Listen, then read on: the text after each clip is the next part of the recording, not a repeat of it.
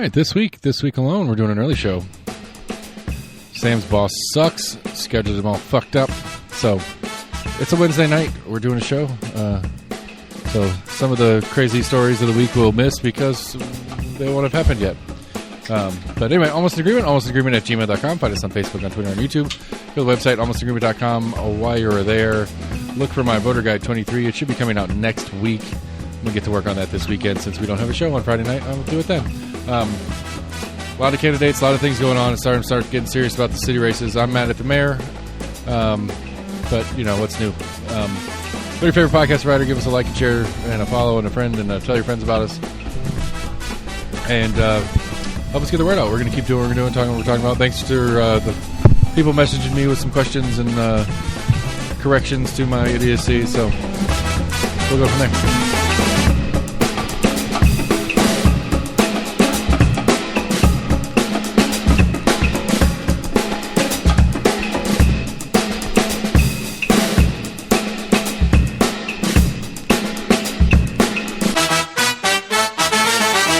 Hi, buddy. Hi. You want to time out real quick and we can fix that so it sits better, or are you comfy?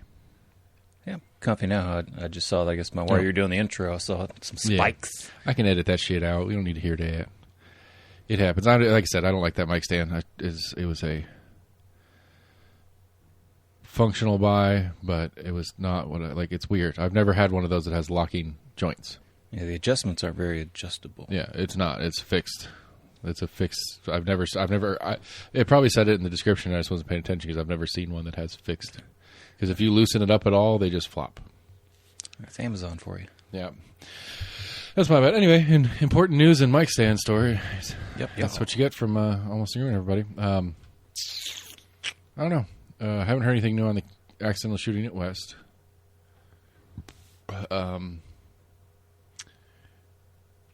This story came out.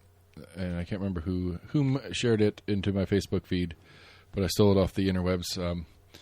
Since 2022, the share of Republicans who said that crime is rising in their community has jumped from 38 to 73%, according to the latest Gallup numbers from last fall. Among Democrats, the same concern climbed only 5% to 42%, making this the widest partisan perception gap since the polling firm first asked this question half a century ago. So... It's a little bar graph, red line, blue line. And so I think there's a number of interesting takeaways from this graph and or, I don't know, top line. I don't know. What are your thoughts on it? My initial thought, just looking at the graph, just happened to have taken statistics and kind of sociology classes previously. The bottom percentage starts at 30 and goes up to 90. So already you're only getting the... Right. You're really getting a full... They cut off the top and bottom because, well, you know, it seems like it only got under 30% twice ever. Yeah, we don't know when. I don't know when that is. Yeah, we don't see that. There's nothing on the It doesn't give us the timeline. X-axis. You know, and then obviously it's never gotten up to 100%. Right. But, I mean, really, if anything, it actually... No, I mean... Scaling's still accurate, so it's not that big a deal. Scaling would look different if you did 0 up to 100%. I mean, it would show that there's never been a time where it's been over 80% for anybody.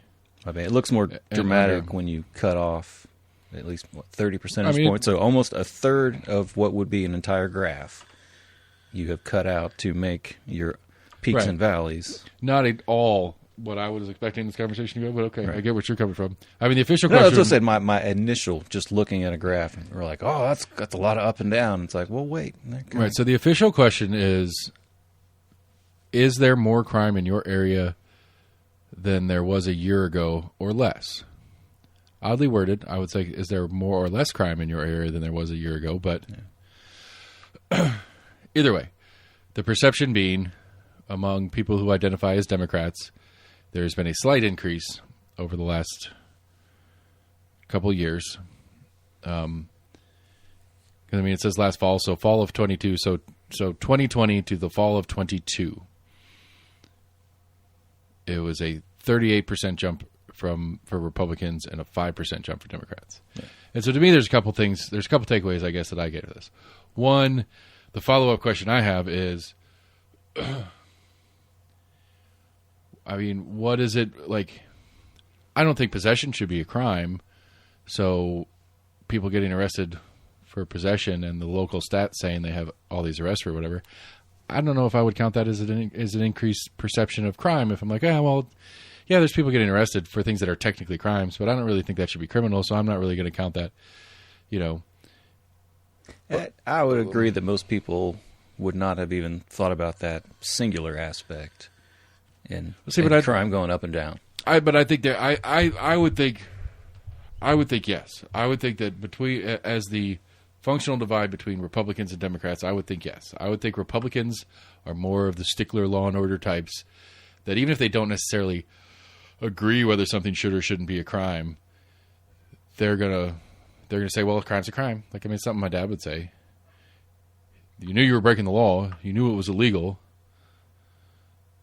Where I think a more left-leaning Democrat would say, yeah, but, it's just possession of, a couple grams of weed. Who cares?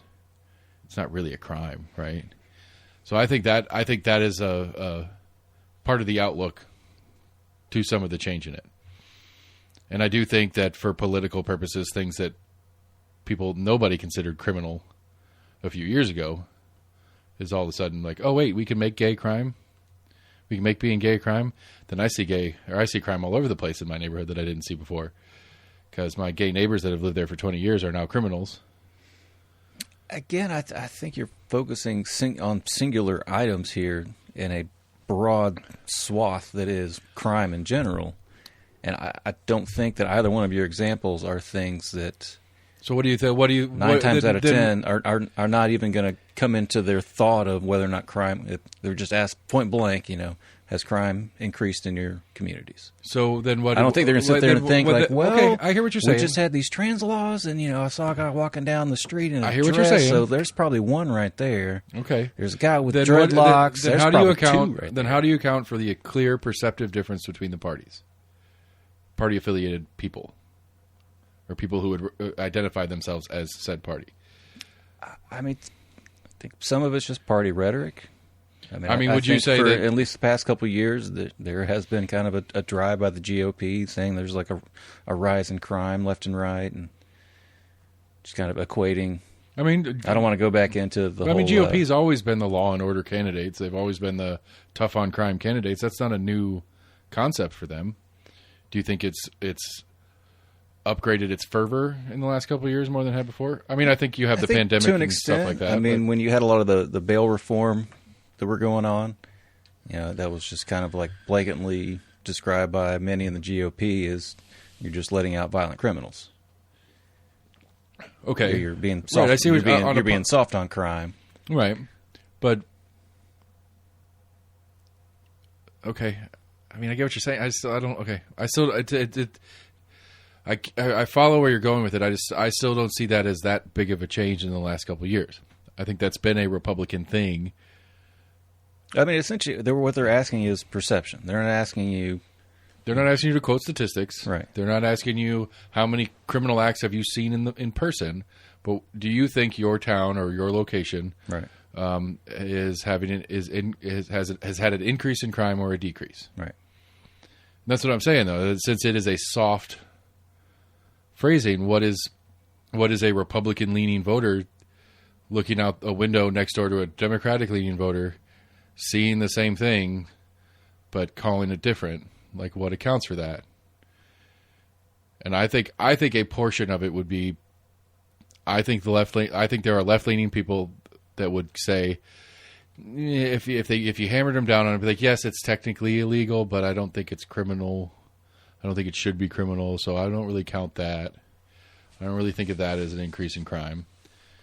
The violent crime stats and stuff like that, if you look at them, sure, that's a different thing. But I'm just saying, like, for the perception of what is and what isn't criminal activity, I would say that there are a number of people left-leaning that say that's not really criminal activity, so I'm not counting that. Now, technically, by the letter of the law, it might be, but they don't conceive it that way.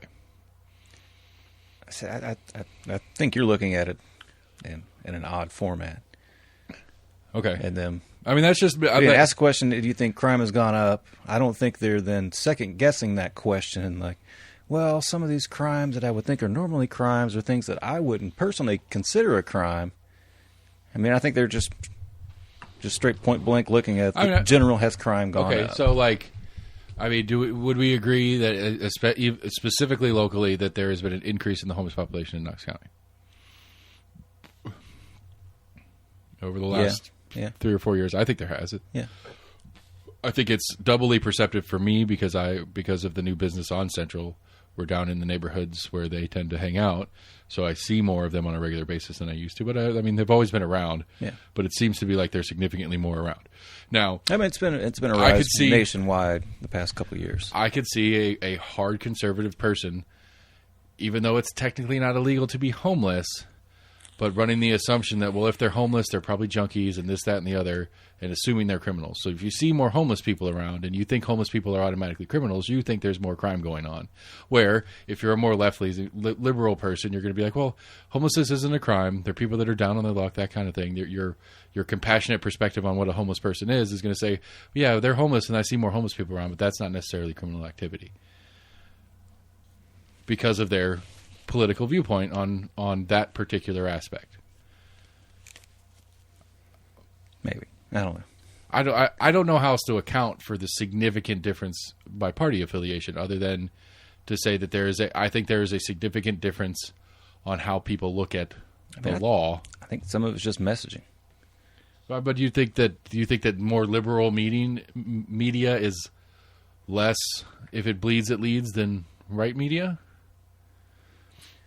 Not necessarily. I mean, maybe a little biased in this statement, and then I think I just saw something today or yesterday talking about the quote-unquote border crisis and how most in the GOP just kind of label it as this is an invasion. This invasion just right. Blah, blah, blah. These are criminals pouring across the border. Right. And if you think that people trying to get away from whatever is going on in their home country as criminals, then you're going to see that as more crime. All right. And I agree with you on that. That is a messaging thing. I think that would account for a few percentage points of this big uptick. Right.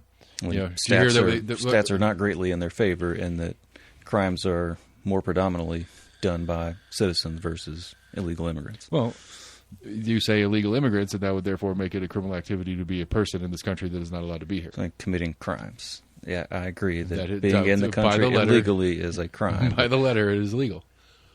Committing violent crimes. See, but I think I'm even safe to say that violent crimes are committed less often by illegal immigrants versus U.S. citizens. Sure. But again, I think that's part of the thing. I think a left-leaning person is going to think more along the lines of violent crime being a raise in violent crime. Armed robberies, theft, murder, rape, that kind of stuff, and not really perception-wise take little petty stuff as part of their perception of crime in their community, where a more right-leaning person would be all the way to like buggery should be illegal still. We should be taping people having sex so they make sure they're not putting it in the butt. And they think that is criminal. And if they think that is criminal and the rampant homosexuality must mean they're doing it in the butt and that should be illegal. Or it used to be illegal around here. I would think it'd still be kind of equal as far as left and right thinking about crime as more in the mindset of violent crimes or kind of quote unquote major crimes. I mean, I think the 5% that the Democrats did and the equal 5% that the Republicans of their 38% jump are probably violent crimes. Are probably the focus of violent crimes. I think the Republicans think of more things as criminal, whether they technically are or not, than Democrats do, and so they don't see it as they like. I assume a Republican is much more nitpicky on, well, the law's the law, and if you break the law, you go to jail, and that makes you a criminal, and that makes anybody that breaks the law a criminal, and that's a broader swath than the left, where the left is more. I don't think that the left, through and through, is trying to say these small crimes are like, well, that's not really a crime. I don't know. Okay. I'm just that's where my brain goes on trying to break these stats down, is that I think it's more about the perception of what should or shouldn't be criminal as much as it is what actually is. I think the left is more likely to be like, I don't think there's enough subsets of crime that the left would consider non-criminal that you would think the right would be hard line saying, nope, that's crime. I don't think there's that many on the left that are just blatantly disregarding. I think my homeless crimes. example is probably the best one I can think of. I think I would truly think that the dyed in the wool Republicans are going to assume that any homeless person is criminal. That it's not a down on your luck, and I think that's I think that's a good chunk of it. I could see possibly jumping to the thought that noticing a rise in homelessness and just assuming that there's automatically going to be a rise in crime just by there being an increased. Because this is a perception question, and that's what we're talking about. The question was your perception of criminal activity around you. Do you think it's more? There's more or less. All right, but I don't think they're thinking about homelessness as actually being an actual crime. No, but they're assuming with homelessness. Right. I don't think that they think homelessness itself. I mean, I'm sure there are some people out there, left or right, that think homelessness should be criminal. But I think the more important point is that the assumption is that if you're homeless, you are also doing criminal things, like jerking off on the sidewalk. Yeah, there's always that one. Yeah. Which he just got chased off by a couple lady cops, and we've seen him, but he's not. We haven't caught him jerking off outside. Okay. Since then, so he learned his lesson. Well, I'm sure he's jerking off outside somewhere, just not on the sidewalk on Central anymore. Good. I know, it makes me happy. So, anyway, that was an interesting little statistic thing that I thought was more interesting than you did. I don't know. It's one of those weird things you could look at it from so many different perspectives. So we could break it down as to they didn't ask the question right. I thought how many people did they ask? Like the wording of the question was kind of weird. All right. I mean, it's Gallup, so it should be a pretty. I'm assuming it's a pretty wide audience. Did it? Yeah. It might have. It didn't give the. It did not give the numbers in the, at least in the screen grab that I did. All right. So Snoop Dogg is buying a hockey team. Maybe. Apparently, J.J. Watt. Has it been announced? Is it official? I mean, he is in negotiations with Nico Sparks, bidding to buy the Ottawa Senators. Yeah, I think I saw something that there was still like 2 more weeks of, I guess, bidding negotiations that were going. I don't know how that exactly works because I even saw that, like, I guess Ryan Reynolds was in talks of buying the company or buying the team as well. At least with the NFL, the league has to approve it. The league and a percentage of all the team owners have to approve a sale. Huh. So, like, if I was the owner of the Packers, right, and I wanted to sell to Trump, the league could say no, and or a percentage of I don't remember what the number is. It's more than 50. It's like a 2/3 percentage or whatever. The other owners would have to agree to allow me to sell them. I mean, it's a franchise by definition. So that'd be like a McDonald's. Because basically you're taking on, the NFL and the other coaches are taking on a new partner. They're not taking on an opponent. Now, the product on the field is opponents, but the business model, the owners are teammates.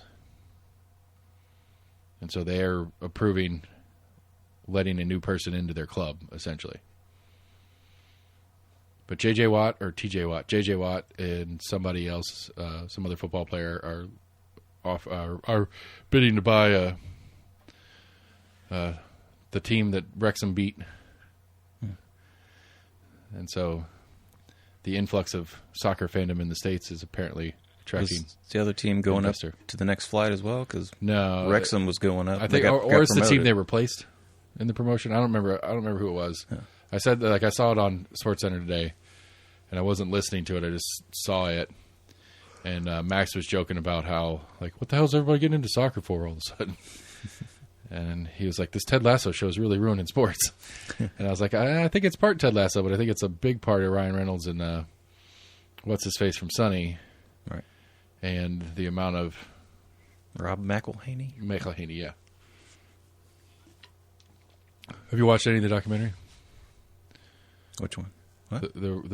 We bought I think it's like We Are Wrexham or something like that. It's a No, I don't think so. It's like a series documentary of at least I guess they're on their second season now, but the first season was the acquisition process, and then like the first half a season of football as the new owners, because apparently like it's one of those like this Premier League, which is a whole nother level of weirdness, but the community had to approve it because apparently the township or something like that was part of the old ownership group that was trying to sell, and so for the township's portion of it to approve the sale, they had I think there was actually a local election. It's interesting, just some of the whatever. Like, I knew Premier League, I knew English soccer was complicated. I still am not understanding how complicated it actually is, as far as all the relegation, promotion processes and stuff like that. I mean, it's not too complicated. Well, but like Wrexham was in like what would be like League 4. Yeah, I think something like that. And so now that they've been promoted, they're in 3. And so theoretically, and if they were just amazeballs in 2 more seasons, they could be on the bottom of the Premier League. Very unlikely. In theory, yeah. Very, very unlikely. But apparently between Leagues 3 and 4, there's a huge drop-off in the money process and how much players get paid. And, like, it's damn near amateur where Wrexham was. League, yeah. Yeah. Like, it's like, the neighborhood kids come and clean the seats and set up the stadium for game days, and dude down the street comes and mows the field. Like, it's like a Forrest Gump mowing the field situation. It's not like a super professional grounds crew. I think I saw one of the previews for it or something, where they did show the stadium as it was, like kind of before the takeover. Yeah, they put some money into it. Quick time out for dog introduction. All right, Roddy's here, everybody. You got the dog in the show like we always do. But I don't know. Have I told the story on here? Like my dog Roddy, who's annoying, and you guys hear him in many shows. He's pretty chill. He's not chill. That's not the right word. But he's pretty low key with people for the most part. He got aggressive with a couple of guests. That's why I don't have him down here when I have guests much anymore.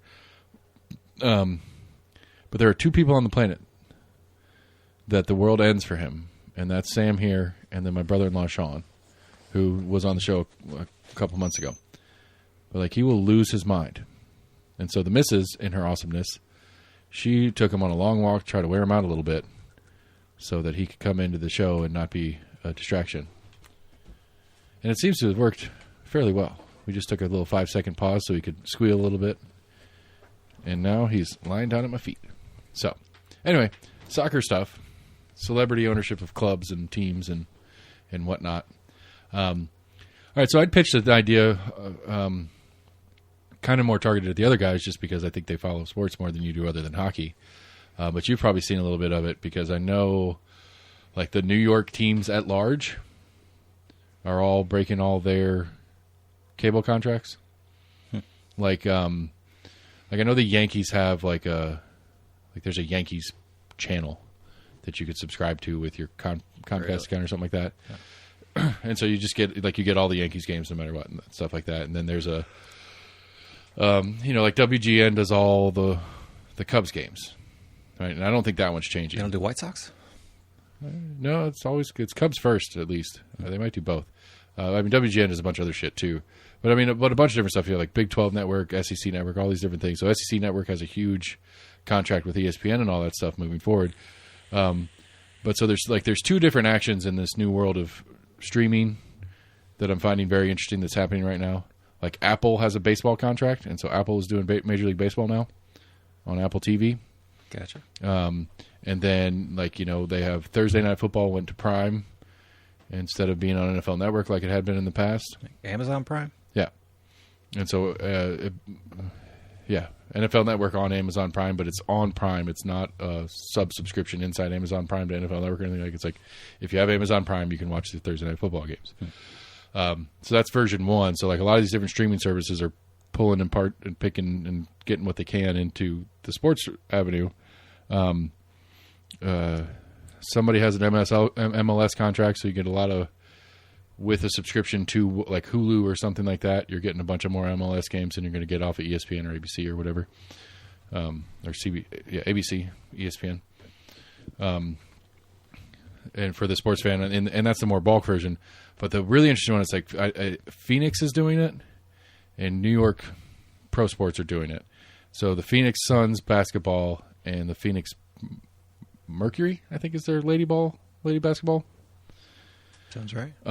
They have both broken from any of their, like, because like again, like for your Predators games, we get Predators here on the Bally Sports South or whatever it is that used to be Fox Sports South or those kind of things. They're regional networks or whatever. So what these teams are doing, and they're trying to, and it seems like this locality group, which I find really interesting about it, is they're doing that and they're breaking off and they're starting their own streaming, their exclusive streaming network. And so this Phoenix one will be, you subscribe to this Phoenix thing, $50 a year, $100 a year, I don't know, whatever it is. But everywhere you go, you log into the service and you can watch your games.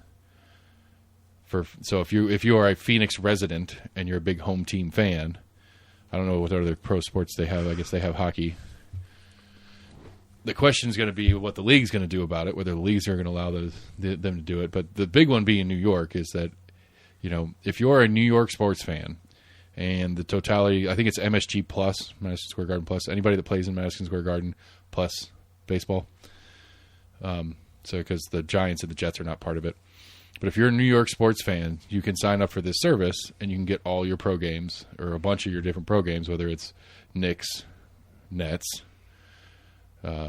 Rangers may be in on it, I don't know, Devils, Islanders, Mets, Yankees kind of thing. And so it's like, I think it's kind of a neat, I'm curious to see where it's going. I think it's neat. I think it's interesting.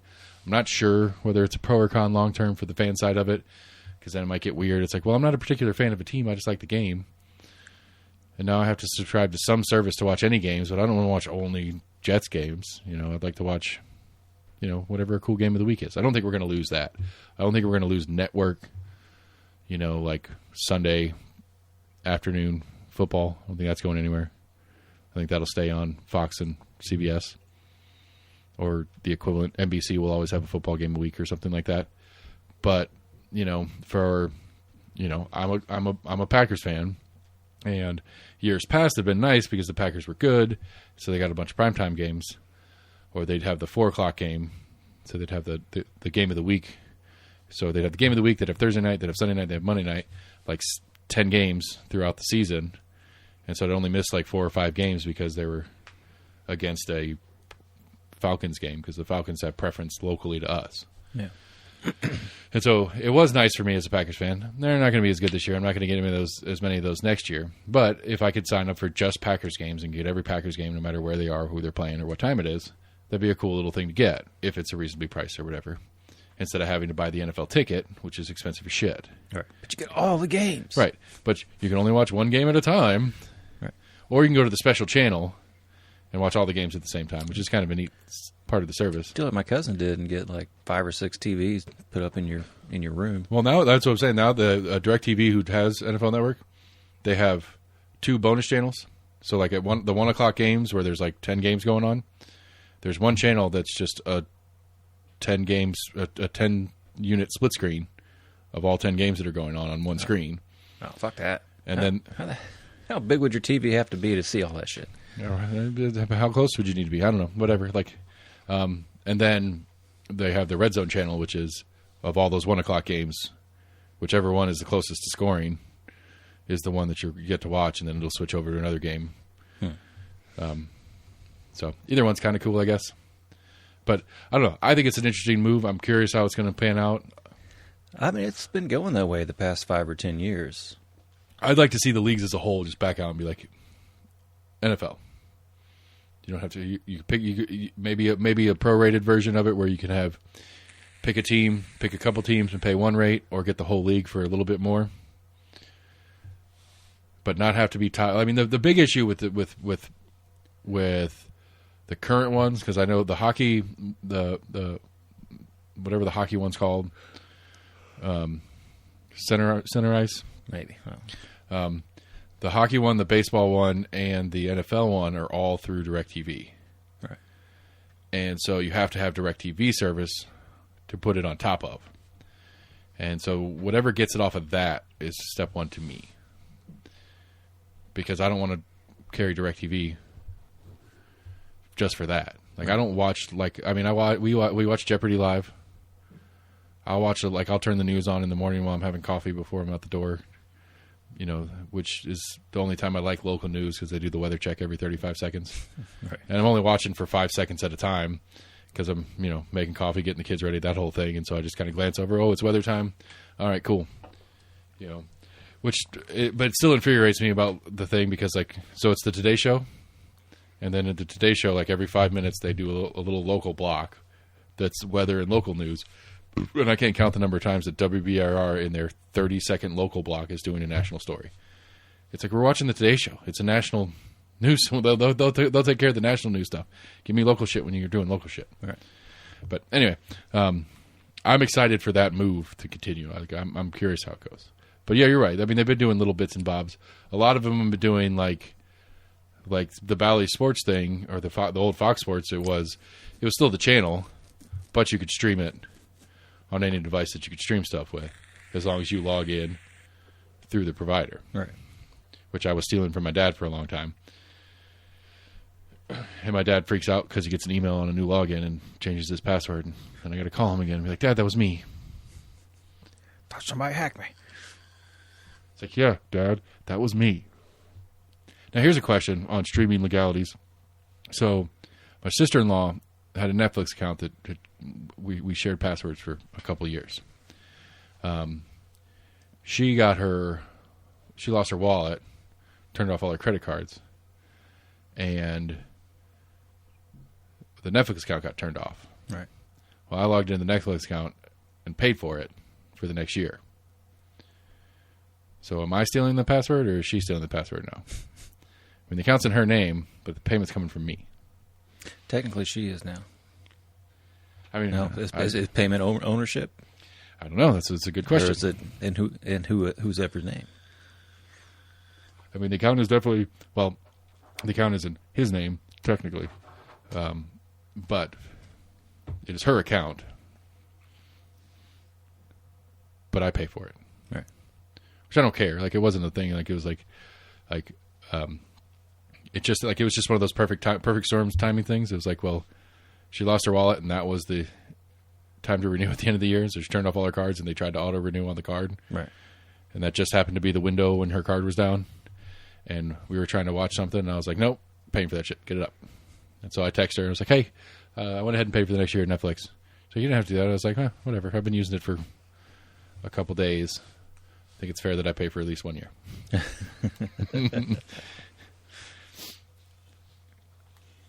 Both parties are happy. Yeah. It's a win. But so anyway, that's I don't know. I think like I said, I think it's interesting. I'm looking forward to how it moves. Anything to get it out of the cable bundle requirements is where I'm at. Can like it, but it's getting more of a pain in the ass just to like watch certain things. I've got to get a plethora of streaming services to be able to watch certain games. Like even I can't remember what NHL just signed with a major network for something, but I mean I think this past season they've had games on TNT, TBS, ESPN, of course ABC. Yep. ABC. No, NBC. I don't think they do ABC anymore. ABC is ESPN, so they'll do games on ABC sometimes. Yeah. And then ESPN Plus. All right. Now, yeah, I mean, because there doesn't seem to be rhyme or reason to it as far as why ESPN Plus has this game and TBS has that one. Well, even that, if I look at games on NHL, like it'll show like 4 different networks throughout the U.S. that are advertising that or that are showing that same game. Right. Because even if a Nashville team's playing somebody else, even if they're both Bally's, you've still got 2 different, I guess, not really networks, but I guess subsects of the Bally's. Right. You've got our local Bally's guys that are doing it, and you've also got the other team's Bally guys that are doing it from their viewpoint. Right. Well, there's the other thing too that is complicating the streaming service game is a lot of them they're trying to become the OS. Like Apple's one of them. Amazon does it. I mean, Roku is an OS, and Roku now has a channel, which makes it confusing. Although Weird, the Al Yankovic story, is fantastic. You should see it. It's a great movie. I heard it's good. It was fucking-tastic. Harry Potter kicked ass in that movie. But so you have inside Amazon now, you can subscribe to other things. And so we've had issues where, like, she loves her documentaries, documentaries all the time. I can't fall asleep unless there's a documentary on anymore. And so she subscribed, like she did Magellan TV, and History Hit, and some of these other services that do, like, that's all they do is history documentaries. And so it's like she'll subscribe to one, get like a free month or whatever, and then go a couple more months and then cancel it. And so like it can work both inside Amazon, inside Apple Plus, or as its own app on Roku. And so it gets really confusing because depending on which one you were in, when you go back to start it, if you want to continue where you left off, right, you have to go back to the app you were using it in to continue there. Because one of the things that I like about Roku is the different TVs I have Rokus on are all logged into the same Roku account. So if I change rooms, like if I pause it, turn it off, go to the other room, turn it on, hit play, it continues right from where I left off. Mm-hmm. A couple of the services will back up like 10 seconds whenever you change things. So just to give you a little bit of, this is where you were. Okay. All right. And so I don't know. I like it. I think it gets hard to make decisions because there's too many things to choose from, but I like having options and access. I like that it's like, one very specific subgenre channel of History Hit, $5 a month. It's how I always thought cable should have been. Like it should have been like you go sign up for Comcast and you have a menu. Pick which channels you want. Pay by the channel. You have regular channels that are $5 a piece. You have premium channels that are $15 a piece. What channels do you want? Your base service is $20. Well, I think there was always that option that just ended up that it was rarely in your favor to kind of pick and choose 10 or 15, where you're better off getting a basic and adding 2 or 3 channels that you want that weren't in that original package versus just you picking 20 just only channels that you get, and that's the only thing you get. I don't know that it's been that. I mean, I know it had that could, I don't know how long it's been an option because I think for most of it, that wasn't really an option. Well, with the cable boxes back in the day, all they were was like a descrambler, and depending on what chip they put in it, was how many channels it descrambled. And so so that's what, like, what it used to. They used to block them where it was like 1 through 15, and then 1 through 60. Right. And so when they came out and put the cable box in, it was just allowing the next set of channels, whichever one you were paying for, to be descrambled. So all the signal was going to your TV, and that's why people who knew how to do the hardware side of it could steal cable. You get a basic package, but you put a different chip in your box, and it does all 200 channels that were available. Yeah. Now they don't do that anymore, and I think functionally they're capable of doing it. They just don't really offer that as a doable thing. Because I remember having the conversation once when I was ordering cable, and I was like, I just want this, this, and this. Like, I want my basic local stuff, my broadcast channels, which is like the 0 through 15. And then I want MTV, Discovery Channel, History Channel. That's all I want. Right. And like, well, we could do that, or we could do this. And it's like you were saying, it's like, we could do that, but it would be more expensive than if you just got 1 through 60. Yeah. And it's like, well, okay, I guess I get 1 through 60. But I don't know. It doesn't make sense. Like, it's part of it's because a bunch of those channels are owned by the same company, and they're like, no, they don't get one of our channels, they get all of our channels. Yeah. Because then we get to say that there are X number of subscribers and we can sell our ads for more. Very possible. Yeah. So, whew. Bud Light sales not that bad. IRS has guns. I don't know. I just saw the headline. I didn't read the story. No. So what the headline is just a story on a job posting on the IRS site. Yeah. And they've always had it's just filling. Yeah. Let's say the fact check that I found was from that essentially where someone had found that same job advertising a month or last summer, but the job posting was kind of weird that I guess it didn't really specify that these were only for this specific sect of the IRS. I think trying to go back to that, but that was kind of where all the rhetoric kind of started. And then I guess in April, IRS put out a new job postings of their available job things. And looking at, there was a few other news sites that jumped on the same kind of thing. They're like, oh, there's a job posting for this and says you got to have the ability to carry a firearm. I mean, I don't know. I guess if I were an IRS agent, I'd want to be able to carry. People get really upset about their money. Yeah. I would want to be able to defend myself. Right. I think for the most part, it just kind of got blown out of proportion because a lot of it just got tied to, the Democratic push for an increase in IRS funding. And automatically, a lot of people kind of either just trying to dismiss it or just kind of conflate it or whatever. It's like, oh, well, they want to hire, a whole bunch of armed agents to, like I said, come after, because they also got mixed into they're coming after the middle class and lower class. Well, I feel like they came after me this year, so yeah, I don't like paying taxes. I paid a lot in taxes this year. Yeah. It's a hard Band-Aid. I mean, it's probably not. Had it been it'd been a significant sum per month if I was paying it monthly. But nonetheless, speaking of border crisis, you hear Mr. Biden had activated some 1,500 National Guard or whatever to go down to saw that. Border. I've heard some interesting takes on that. So they're not going to interact with any of the immigrants. Basically, they're there just for logistical support. Apparently, there's been a lot of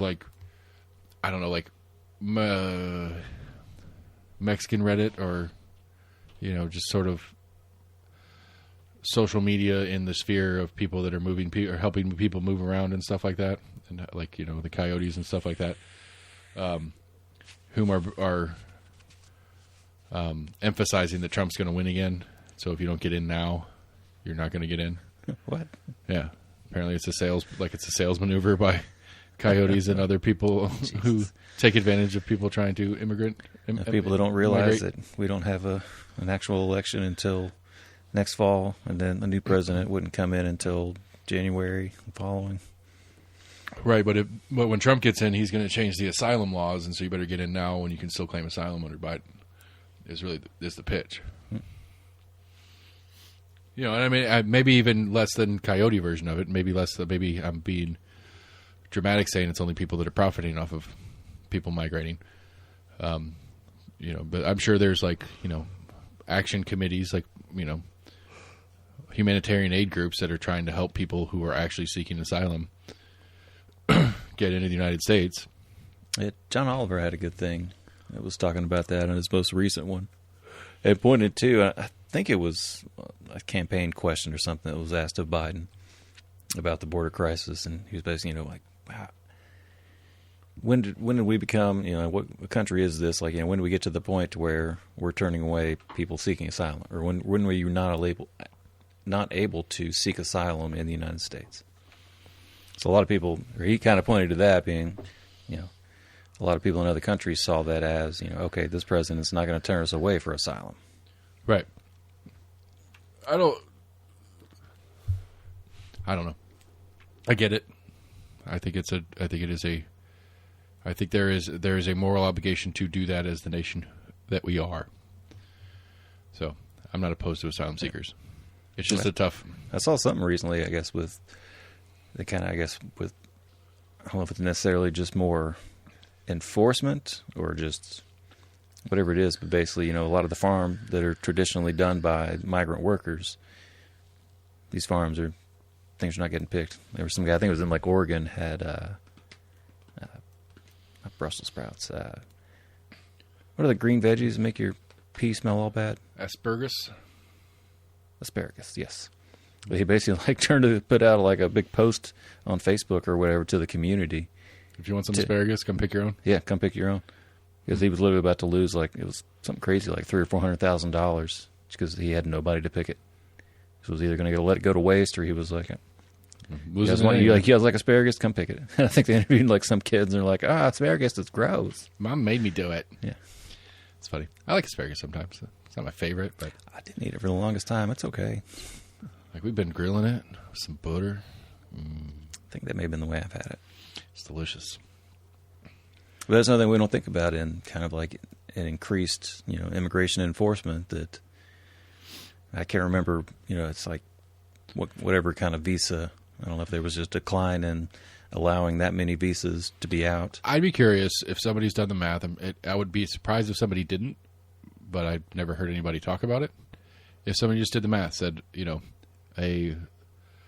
asparagus, like you're saying, lettuce is another one, tomatoes is another one. It's a highly labor intensive. Right.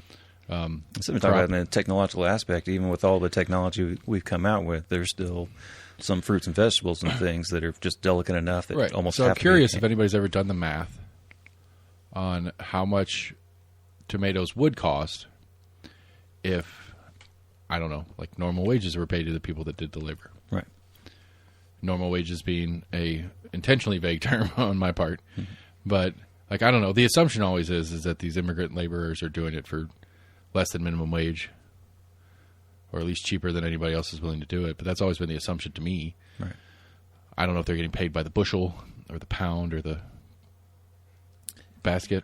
I think the handful of videos I've seen, they basically do get paid by the amount that you pick. Right. Which in general, that's one of the things I kind of agree with in principle, as depending on the job. A job like that makes sense to me. Yeah. You get, because, it incentivizes you as the laborer. Well, you can work the incentive that you want, I don't need a ton of money, so I don't need to pick 15 bushels today. I can pick 2 and then get what I need to get and go home. Or if I want to make more money, I work faster and harder and get more bushels in and get paid more. I would doubt in the money that they're paying that somebody would go through that process to pull 2 bushels and be like, I made my money for the day. That'll be enough. I agree, but it's still... I don't think they're getting paid enough to do a couple bushels and be like, yeah, that's good. I don't disagree with that, but it's still paid by production makes sense to me in a job like that. All right. Where you could pick a whole bunch and do a really good job and get paid more, or you can kind of lollygag through it and half-ass it, spend the same amount of time on it. It incentivizes you to do good work for the time you're there. Right, but pickers aren't the only one a part of that crew when you're out there in the fields. I agree. I agree. It would be a complicated on the truck. System. How are you gonna? Anyway, back to the beginning of my theoretical. I'd be curious if anybody's ever done the math on if a decent sized tomato farm paid a reasonable wage, and then the second question being, what is a wage that would get U.S. citizens to do it, and then run the math. Because once you figure out the labor number, you can just multiply it by whatever percentage difference it is. So, how much would it cost? How much would they have to pay you for you to pick 1,000 tomatoes? Right. And then do the math. Okay, well they'd have to pay me $200 to pick 1,000 tomatoes. Okay, well that makes it how many cents per tomato in labor cost just on that end, and then through the rest of the process of sorting and whatever, and then packaging and shipping and all that kind of stuff. So if they're paying you $25 an hour to pick tomatoes, what is that going to then make the tomato cost me at the grocery store? Right. I'd be curious if anybody has done that. I'm sure it's been done. Test. Be a lot of weird facets to kind of flesh out.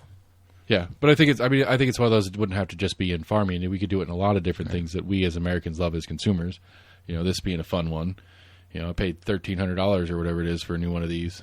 I'm waving my phone around. I'm sorry. I guess I need to say that since you can't see me.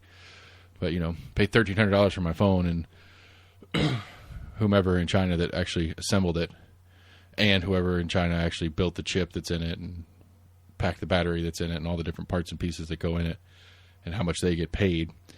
when we're talking about, well, offshoring, we're killing all these American jobs. It's like, okay, don't disagree with that, except what would it cost for us to produce an iPhone in the United States? The same exact phone with U.S. labor all the way through it. Right. It's certainly going to be more than it costs to have it done over there and shipped over here. Is that new number too much for, like, I mean, it was a good, God, was it Apple? It was, John Stewart had an interview with, I want to say the CEO of Apple, not Jobs, Cook. No, didn't see it. It's a pretty good one because, like, basically he was doing that whole thing. It's like, if we built it here, it'd cost so much more, and people wouldn't buy it for so much more, and this, that, and the other. And so to stay competitive in our pricing, we have to do this, that, and the other. And then John Oliver came back with the labor argument, and he's like, but at the same time, you're going to get mad at labor for taking the scarcity of themselves and asking for more. It was a good interview. We'd have to look it up. Let's see. So John Stewart or John Oliver? John Stewart. Did I say Oliver? Just once. He's had a few really good interviews. Who was it? He had somebody recently. And it kind of went viral for how much he kind of grilled her over it. I want to say it was like defense. It was somebody who was over like the auditing of the Defense Department. It was a really good interview of that. I think that was within the past like week or two.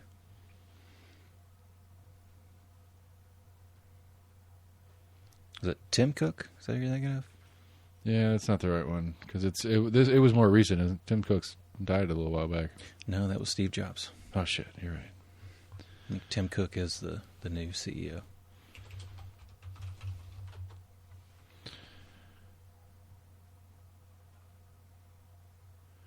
No. Yeah, the one a few up was the one I was talking about. You should check out sometime. Which one's that one? Right there. The Deputy Secretary on Budget. That was one. I think he was one. I guess that was a part of the people that were kind of auditing the Defense Department. It was just kind of like year in and year out, they have not met their budget or not met their auditing process or whatever.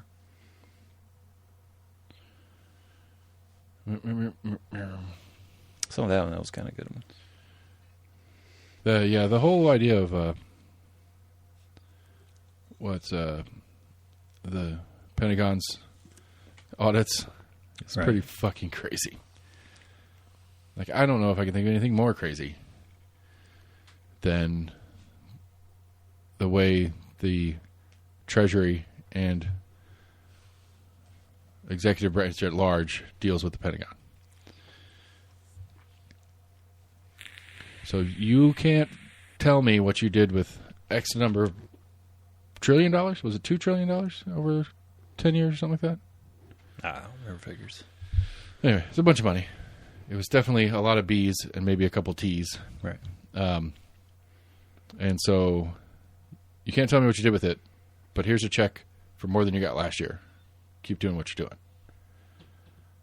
doing. Their budget goes up, even though they can't account for what they did with their budget last year. It's fucking maddening. I mean, I could see it to an extent as far as public knowledge. Because there are aspects of the Defense Department. Right. I will grant, for the sake of argument, that there are parts of the things that go on in the Pentagon that cost us significant sums of money that need not be made publicly available, that you and I should be able to necessarily know about. Right. For the sake of conversation, I will accept that fact. But not to the tune of the amount of money that they're talking about. Right. Because if it's that expensive, then we have a right to know as citizens what you're doing with it. Couple of $1 billion over a decade, I probably wouldn't pick. Or at least a select few in or Congress or whatever.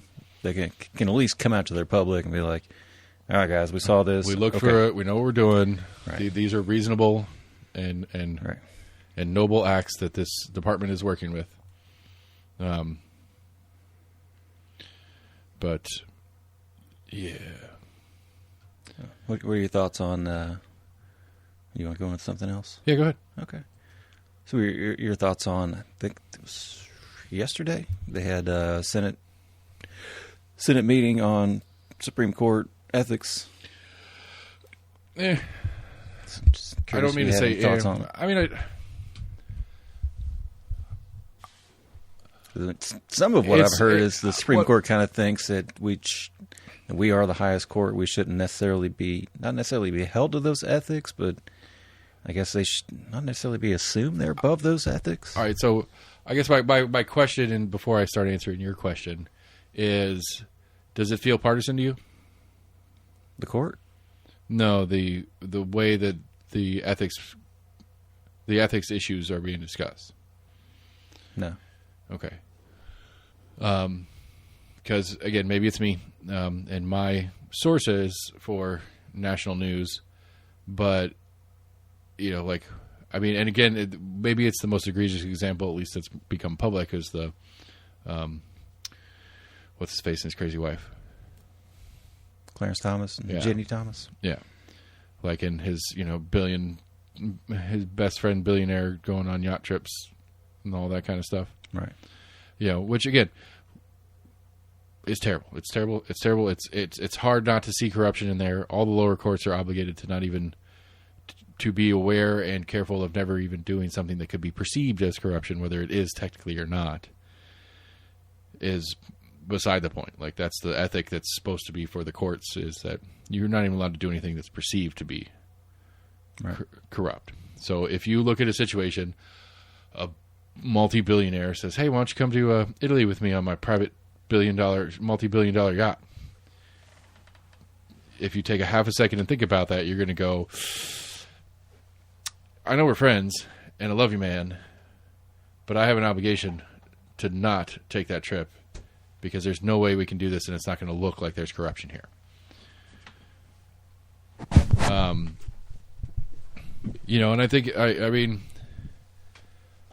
I think it's a problem with the lifetime appointment system. I think it's a problem with and your question to my question, when I said, do you think this is partisan, and you say the courts, I'm assuming your answer would have been yes if I would have said yes to the courts. Do you think do you think the justices are partisan? 7 of 9. Say it blanket. 6 of 9, 7 of 9. It's hard to say. I don't know a whole lot about most of the justices. Like 5 of them. I don't know a whole lot about any of the justices. 5 of them are just super quiet. Nobody pays attention to them. But like Scalia, apparently there's a Scalia. Scalia's done. Was it Scalia? I don't know. There was a story about, I guess, I think it was Scalia, when Scalia was there, that the Boston, not Harvard, not Boston College. Boston University. George Mason University, which I think is in Massachusetts outside of Boston or something like that. I might be mixing that up. Doesn't really matter where it is. Right. I believe it was George Mason University. Usually when they name their colleges, it's after a benefactor who's donating money to them. So like they have the Haslam School of Business here at UT because the Haslam family has donated a gajillion dollars to the university. Essentially, there's naming rights for colleges. Okay. And so being a big donor gets you named. Well, Scalia didn't donate anything. They named the college after him. And apparently one of the things that they're allowed to do as judges is teach and do seminars and stuff. Right. And so George Mason was sending them on to seminars in like Italy and putting them up. So they're not paying him anything, or they're paying him a very modest educator salary for like a professor style salary for doing seminars, like a speaking engagement, like, $10,000 for a speaking engagement. Yeah, I've heard of some of that. But they're doing that. But they can only pay them a certain amount. That's a reasonable amount for a speaking engagement. But the gifts in kind don't count, and so they're flying them to Florence, right, to do a 6-week seminar at some Florence law school. That was a little bit of one I guess I'd heard. I don't think it was any specific justices. It was named specifically, but right. It was where I read like they are encouraged to go and engage with academia. Go to law schools, go talk to them. Obviously in their spare time, but at the same time, some of those speaking engagements, like you were talking about, were over in like Vienna, and like at some of these like and they'd fly super them up, like put them in ritzy super resorts. swaggy hotels. They'd give them It's like it's not like you went up to like Harvard Law School to go do a talk there. Or they'd do a 1-hour class at 9 in the morning, and then have the rest of the day to tour some great European city. It's like, you went to Monte Carlo and Cannes and to go do a speaking affair to law students there. What? Yeah, I mean I'd like to be surprised. I'd like to be upset by it because I didn't expect it, but I don't. I mean, they are one of the higher paid positions in all of in federal government. I think they're $285 a year is their salary. I think they're more than the Senate, but less than the president. I think the president is the highest individual elected official, and I guess they're not elected officials either, but. All right. But they're up there on the higher end of salaries. But it's still only $285,000, which ain't that much in the grand scheme of things. But it started to maybe kind of question as to what power the Supreme Court does have. Does Congress have oversight over them?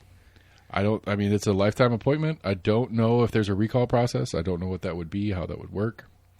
I would assume there is some sort of, like, this bitch lost their mind, they need to get out of there somewhere, I would think. Because I want to say, and I don't really know what all was said in John Roberts' response to, I guess it was Dick Durbin, who was head of the Senate Judiciary Committee at the time. Basically asking them to kind of like, hey, we're going to do this committee on this, and he invited them to join. Didn't, subpoena him or whatever. And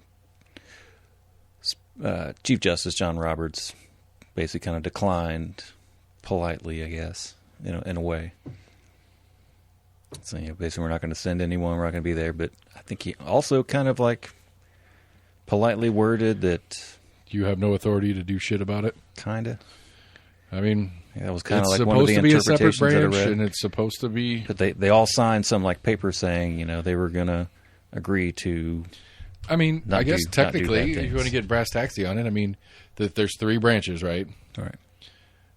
So executive, judicial, legislative. Well, the legislative can impeach a president. All right. So I would assume the legislative or the executive could impeach a justice. I'm sure there's some process in it. I just text lawyer Jamie, and he's actually responding. Impeachment from Article 3. So, yes. I was right. So Congress does have the power to impeach a Supreme Court justice. Yeah. It makes some sense. I mean, in all of our 3-party system, there are checks and balances for each one. I was just maybe kind of thinking, like, I'm not really sure what the specifics are upon, what exactly the Supreme Court has power over. Yeah. And who can then check the Supreme Court or whatever. Yeah, apparently in that same George Mason one there was or not George Mason, but the Crazy Thomas lady. Apparently she was what's the job title that you said you wanted last week? Job title? Yeah, it's like the best job title. You get paid a lot of money for not really doing much. Drawing a blank. You help people make decisions. You don't actually necessarily... not like a life coach. They bring in blah, blah, blah because he's an expert on a thing to give us insight and knowledge and whatever, but he only hangs out for a couple days and goes. Wow, what is that fucking word? It's going to drive me crazy. Oh, excuse me. Yeah, I don't know. Anyway. Blanking on it, too. What's her name? Jeannie Thomas? Headhunter? Sort of. Apparently she worked with a firm who helped headhunters, and she helped place lawyers in law firms. So law firms... See, I read that Chief Justice John Roberts' wife... Maybe that's what it was. Like, law firms would come to her and this group looking for lawyers. And so essentially the inference, at least, is that, well, the Supreme Court judge's wife told us to hire this guy, so we did. And so if we end up in front of the Supreme Court justice, whose wife told us to hire this guy, he might look a little bit more favorably on us or that attorney when he's in his court.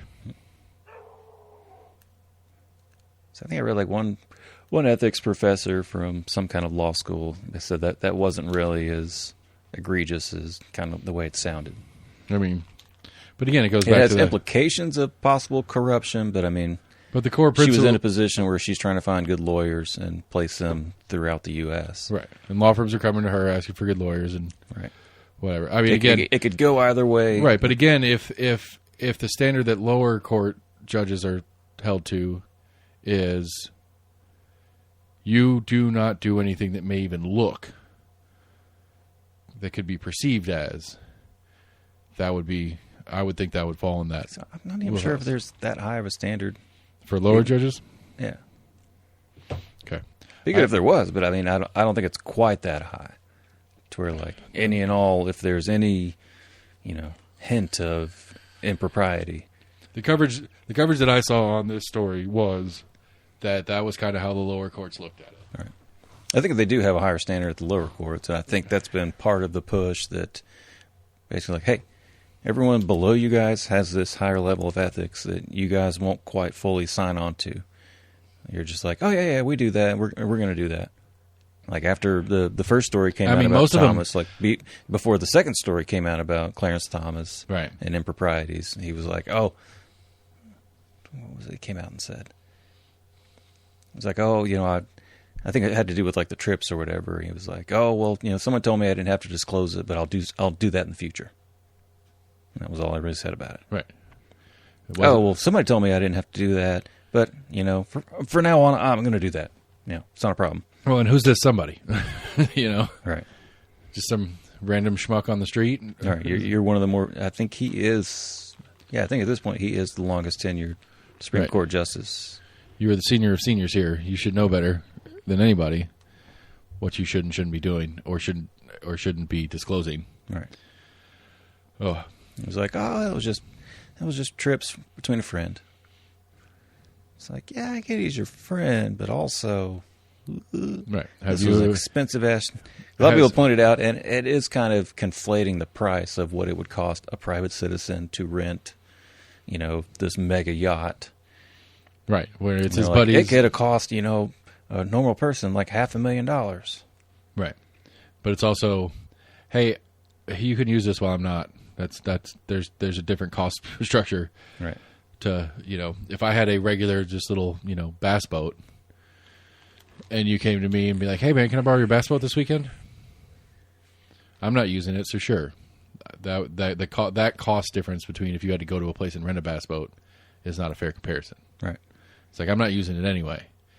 If I were using it and you would have to go buy one to do what you were doing, then yes. Or you'd have to go rent one to do equal things. Right. Yeah. But this wasn't, I'm not using my yacht this weekend. Sure, you guys can take my yacht out. Because that's just not how yachts of that size work. Like you have a crew on standby there all the time. Right. There is staff on it. But again, I don't know. I'm sure he was there as well, and it was kind of a gathering. Right. One of the things pointed out. Would you like to come with me to do said thing?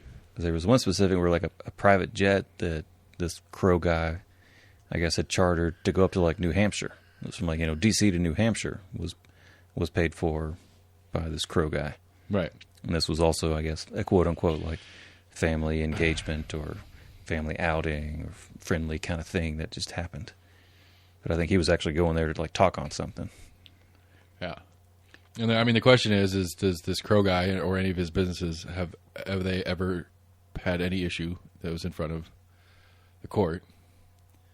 And did Thomas recuse himself for his potential biased outlook? I don't know a lot about this Crow guy, but I want to say he's somebody that kind of has his fingers to where it could be alluded that a subsidiary of something he owned may have been before the court. Right.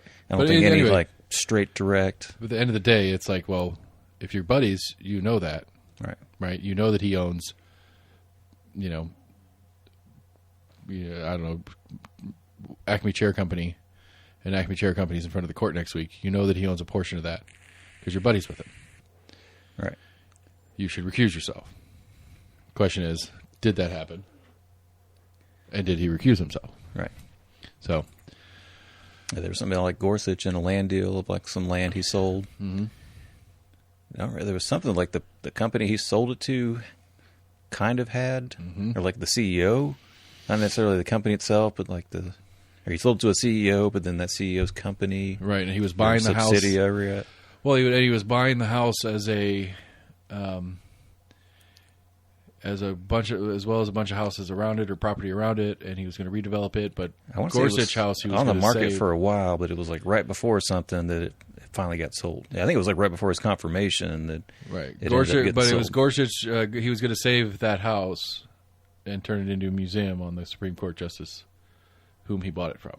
That was the story he told, or like of why he bought, like of the good reason on why he bought it. I think that's the Clarence Thomas one. Makes them all up. See, the moral of the story is the fact that we're confusing these stories is the problem.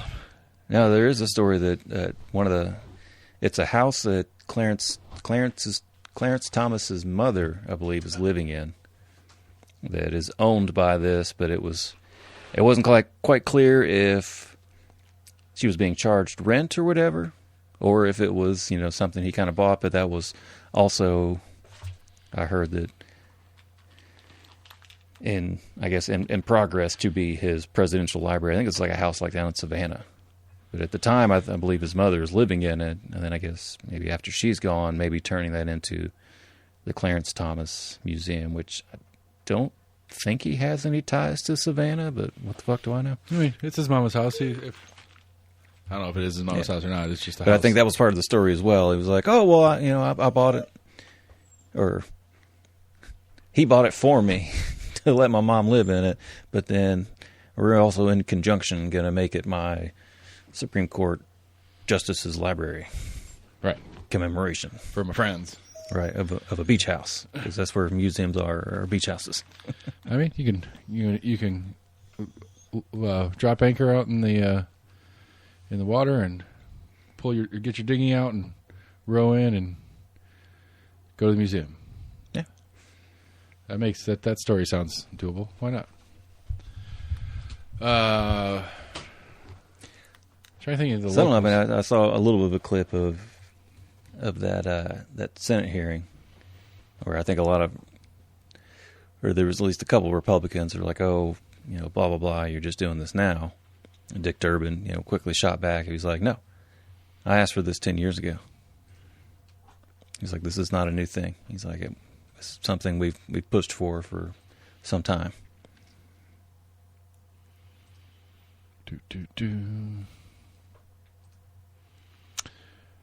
I find this one interesting. Have you heard of the News Sentinel's lawsuit against the city? I don't think so. News Sentinel was suing the city for freedom. It's basically a FOIA request on the. I did see something on that today. Police chief search. I think they did finally release some of it. Yeah, they released it to some outlets so far. I think was what I read. They released a list of 39 people who applied for the job of police chief. Because there's a weird little loophole thingy to it, and I remember having a conversation on the show about whether it's reasonable to not go public with your hiring process. With your hiring process, not necessarily the process part, but with the names of applicants, because it could do damage to that applicant's current job status. It could put them in hot water with their boss. It could interfere with their passed over from this city, and this city. Like, right. Obviously, they found something that I haven't yet. Or if you're looking into multiple ones, it'd be like, oh, you're going to Knoxville. Well, us in Chattanooga don't want you if you're interested in Knoxville. I mean, either way. I mean, there's 1,000 different ways to interpret the right. possibility of what that could do to the applicant, and whether and if that would reduce the applicant pool or not. But what I find most interesting about it is the city's basically saying, okay. Like, so they dropped the list of names, and then they filed a request to kill the lawsuit, or whatever the phrase is for that. Because, well, here we satisfied what you were asking for, so drop the lawsuit. It's like, well, I don't know. It's a little late for that. I mean, yeah, I guess you did do what we were asking you to do, but we were asking you to do this a year ago when it was relevant and important. It's not relevant and important anymore. I don't know the legal part of it. So the lawsuit or just a freedom of information? No, it was a lawsuit. The News Sentinel was suing the city of Knoxville. For records? Right. The lawsuit alleges the city illegally withheld documents generated by the search and maintained by the Police Executive Research Forum, the city's search contractor. The city's motion states the release renders the News Sentinel's complaint moot. And so they're basically saying drop the case because what you were asking for is now public. And it's like, yeah, but we were asking for it because we wanted to report on it a year ago. And so at this point, the crime has already been committed because you didn't give it to us when we asked for it the first time. I don't know where that sits in the legal process of it, but I find that part interesting. Because A, News Sentinel wins. I mean, they forced what they wanted out of them, and they know that if push comes to shove, they can go and they can lay the hammer, and eventually Kincannon will cave. But, you know, at the same time, I don't want to encourage anybody to sue a municipality that I live near or in or around, because at the end of the day, our taxes are going to pay for that settlement. Yeah, I saw some on that recently. Okay. What did you see about that recently? Well, I guess to go a little bit off topic, but I was in the thought of lawsuits, I guess like civil lawsuits against the city, county, state, whatever. Right. Municipality, check. Yeah, a lot of people think like, oh, and I probably would have thought this for the longest time as well. Like, oh, it's going to bankrupt the city if the city gets sued for $10 million or whatever. But for the most part, all these cities essentially have insurance policies for just like a business does too. Right. But the insurance policy will only pay so much of a settlement, which goes into the decision on how much they're willing to settle for and stuff like that. They'll only pay so much of it depending on what it is. Right. But two, your premiums are based on history. Right. Because at the end of the day, a lot of people if a city's going to get sued, a lot of people assume that money is coming straight out of the city coffers. But I mean, okay, so at the end of the day, if you're an insurance company, right? So I'm Lord Seth Insurance Provider, and I specialize in municipal insurance. Right. And the city of Knoxville comes to me and says, we would like to do our insurance to you. I say, sure. What do you got? Let me go through the records. Let me look at the history.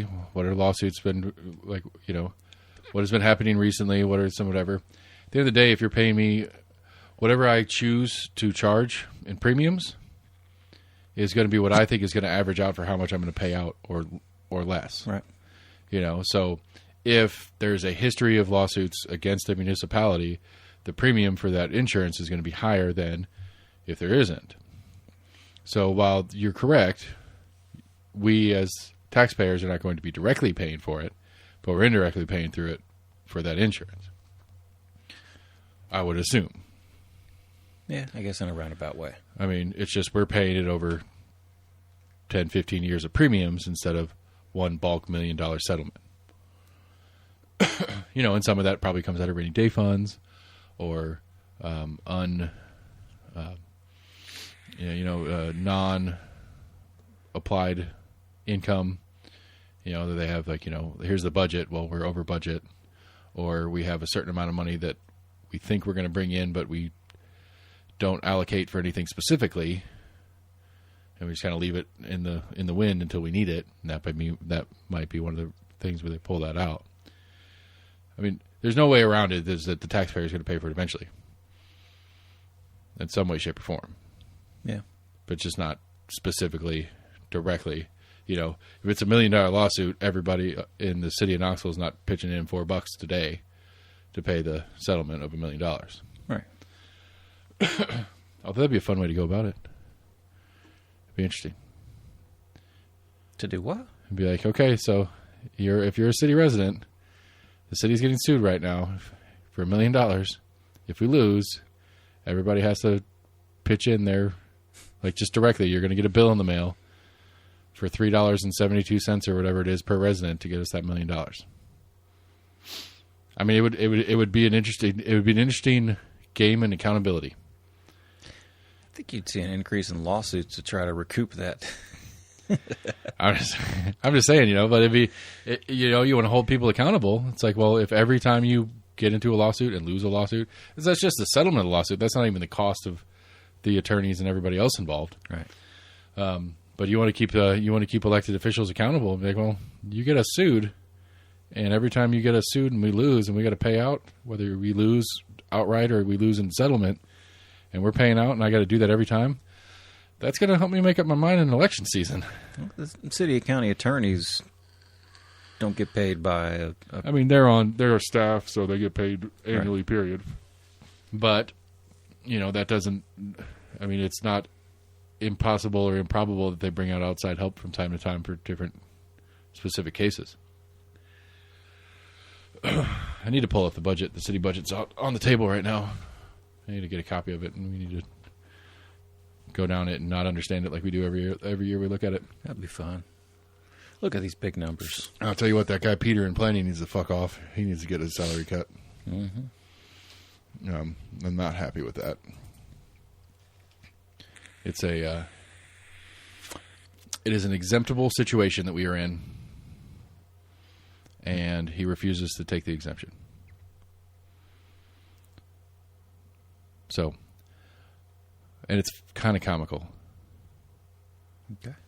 Okay, so the argument we're having about the front door is that if we change the direction of the front door swings, one of the reasons we don't want to change it is because it's expensive. Second reason we don't want to change it is it's not handicap accessible if we change it. By code for handicap accessible doorways and stuff like that. It's not handicap accessible. And realistically, it's not handicap accessible. If you're in a wheelchair, you can't open that door if it swings the other way. Right. And just for personal reasons, we'd like handicapped people to be able to use our business, because handicapped people have money too, and we like their money just as like we like normal capable people's money. So we have an inspection Monday. The bars on the bathroom wall for the handicap access to the toilets were 3 inches further away from the back wall than they were supposed to be. Right? And so our handicap accessible bathrooms are more important than our handicap accessible building. You can't get in the building by handicap rules, but you can use our toilet. Not sure how you're going to get into the bathroom to do it, but our bathrooms are good for you. Our front door is not, as it sits right now. I talked to Lauren Ryder about it, and she said she did a development where she had a old 120-something-year-old building or something like that. It was a 3-story building, no elevator, and she was renovating the second floor, and she got knocked by the city inspections because her bathrooms weren't handicap accessible. So they're going to roll a wheelchair up the stairs, but their bathroom's good. I mean, it's just common sense stuff at this point. Like that one, to me, that one's more egregious than ours. Ours is, there are ways we can make ours do both. It's super expensive and super ridiculous, and it'll ruin the history of the building and other stuff like that. But ours there's ways around our problem. It's still bullshit to me, but you have a second story, there's only stairs, and you're going to not let somebody open their business because the handrails in the bathroom are 3 inches too far away. It just, common sense. Hurts my feelings. Drives me crazy. You guys pissed off somebody. Well, apparently, because our next door neighbor, who has almost a mirror image of our room, got approved and didn't turn her door around. So we can't figure out. We have 14 more occupancy, but we don't break the 100-person threshold. Yeah. And that's one of those numbers. At 100, a lot of things change. Yeah. Which I get it. That's fine. Whatever. And so, yeah, we can't figure out what we... really what we did wrong is we didn't hire a professional Knoxville design and development firm to do the work for us. We tried to do it ourselves. That's what we did wrong. Because that has been the experience the whole way through, is that when we had a contractor that did a specific job, that pulled a permit for a specific job, and that contractor dealt with the inspection for that thing, super fast, super simple, super perfect. Which I get the premise. Okay, I've done, electrician Sam has done a bunch of jobs. He's pulled permit for us. Every time I go out and look at work that Sam's done, it's always good. So I just give it a glancery look. I don't look really hard. I don't try very hard because I know Sam does good work because I'm the inspector and I've inspected Sam's work 1,000 times. Cool. Moving on. But, Max does the same job, because he's trying to save some money because he is the business owner in the whole process. Well, I don't know Max, so I'm going to go through his shit with a fine-tooth comb. I'm going to pick apart every little piece. Like we've had multiple inspections that have come, and the contractor and the inspector are talking baseball or fishing more than they're talking about what they're there to do. Sign off and leave. It's like, okay, cool. And it's like, so it's really like, and I don't know if I've told the story on the air or not about this wasn't us. That had nothing to do directly with us. This was between the landlord and his plumber. We had to get, as part of the whole thing is the building's old and shit like that. Our water lines coming into the building were too small. And they wanted them to upgrade to a larger water line coming into the building. And so our landlord... How was the previous business operating outside of these? Yep. Okay. No, I don't know. Grandfathered in, started, the dude was there for a long time. A lot of his stuff started before. Yeah. He didn't permit a lot of his changes that he did inside the room. And so the last technical image that the city had for the room and the first technical image that we showed them before we did anything was a completely different room. Wiring moved around 1,000 times, which, just like anybody else, people do. Everybody does it. All right. And, and one of the things I've been thinking about, and this is a more broad topic version of the same conversation, is what's the point?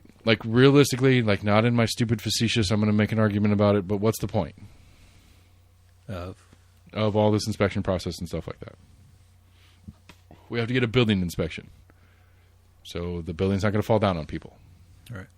Okay. Now, that is a noble cause, and I understand that, and I respect that noble cause. Is we want to have a building that people can know because the city said it's okay, that they can walk in there, and the floor's not going to collapse, and they're not going to fall into a basement full of crap and hurt themselves. That sounds like a reasonable thing. Now, if the floor does collapse for whatever reason, even though the building inspector came out and looked at it, who's liable for that action? Business. The building owner and the tenant. But the city signed off on it, but they have no liability there. So what's the point of the city signing off on it again? They don't at all? I don't believe so. You say it as if you know this for a certainty. I've never heard a story of a municipality getting sued for a structural failure in a commercial business like what we're talking about. I would think there would be some kind of pushback on... I could see if it was an inspection done 5 years, 10 years prior, whatever. But within a year or two of an inspection being done and there being no permits pulled for work done on whatever. Well, then they didn't. This was inspected. Then it wasn't inspected. If I didn't pull permit, if the tenant didn't pull permits and stuff like that, then it's not then the city's not. So I'm saying if it was in some kind of new major renovation where permits were pulled or whatever. I would think that if Hatcher Hill Properties built a building from the ground, going through all the permitting and all the shit that they do, because they're obviously a big deal. They do what they do. They've got a bunch of properties around town that they've built up and done all that, and developments they did. But if they built a building, and for whatever reason, something failed, and the floor falls through, and people die in that building, 2 weeks after it opens, every inspection cleared, I would be absolutely astounded if city inspections had any liability in that conversation. I don't know it for a fact. Right. But I'm pretty confident that it's way less than likely that any blowback would come to the city. I would think as Hatcher Hill in the conversation that we're having would go, what happened? You guys inspected this. I think when they're getting sued that their attorneys would be looking at the city and being well, how did we miss this? You guys saw it too. How did you not see this? All right. I just don't know that I've ever heard of that lawsuit happening. I'll ask around. I'll see if I can find out if I'm wrong on it, but I'm pretty comfortable with that, my assertion that if anything were to happen in a catastrophic way, don't think the city's going to have any liability in it. So it's not protecting you, the citizen. It's not protecting the business. I don't understand. That's where I'm stuck in this whole thing. It's not protecting me from anything. I went through the whole process. I did everything right. I crossed my T's. I dotted my I's. You came out and said everything was cool. This accident happened. It's not my fault. I did everything I could. Well, no, it's absolutely your fault. It's your building. It's your business. Of course it's your fault. Then why do you exist if your word and your more professional insight on a specific subset of whatever, like what's the point of the code if it's not actually protecting anybody? Is my stuck point. All right. Outside of my specific to me. Right. And you know, if they had liability, I would understand them being more persnickety about little finicky bullshit. I mean, like our whole thing with electrical, like we did next to nothing. We changed light fixtures. But we couldn't get a permit because we're not professional electricians. We're not allowed to change our own light fixtures without a permit. And we can't pull a permit because we don't have an electrician's license. All right. I mean, a little caveat of that is that you're within the city, so if there's a fire, you don't get charged.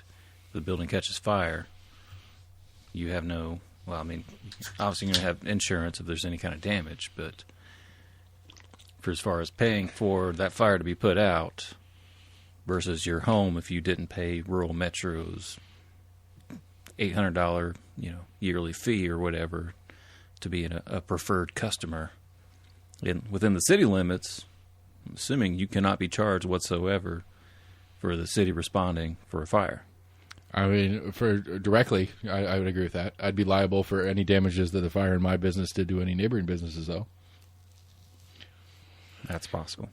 I might be able to argue that the fire department didn't get out there soon enough to put my fire out, and that's the reason the neighbor was damaged. But possibly, I would say that if the cause of the fire was something that was preventable on my end, I think that I would be liable at least for damage to any other neighboring properties. But the fire inspector came out and inspected and said we were doing everything right. All right. Well, as far as in your electrical thing, yeah, to where they inspected it to make sure that all the electricals wouldn't cause a fire or whatever, right? Because you didn't have a licensed contractor come in, whatever. Right, but then if they do cause a fire and they inspect it, but again, what's an inspection? An inspection is to me, I guess my assumption is an inspection is okay. There's a right way to do this.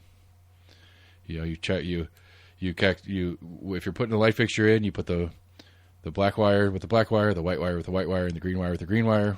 It's all wired correctly. There's a correct way to wire this thing. As an inspector, I inspect that the job was done correctly. All right. Who cares who does the job? What does it matter as long as the job is done correctly if you're going to inspect it? Hey, here's my math sheet. 5 times 5 equals 25. Hey, teacher, is that right? Well, you need to have a professional mathematician do the math for you before I'm going to tell you whether it's right or not. That is probably the best analogy I've put off the top of my head ever. I think for the most part, when you have a licensed contractor, they have their license on the line if shit happens. Yes? Okay, so then the argument is... Okay. So if you're Joe Schmo coming and do some electrical shit and you get fault to blame, what do you have to lose as Joe Schmo?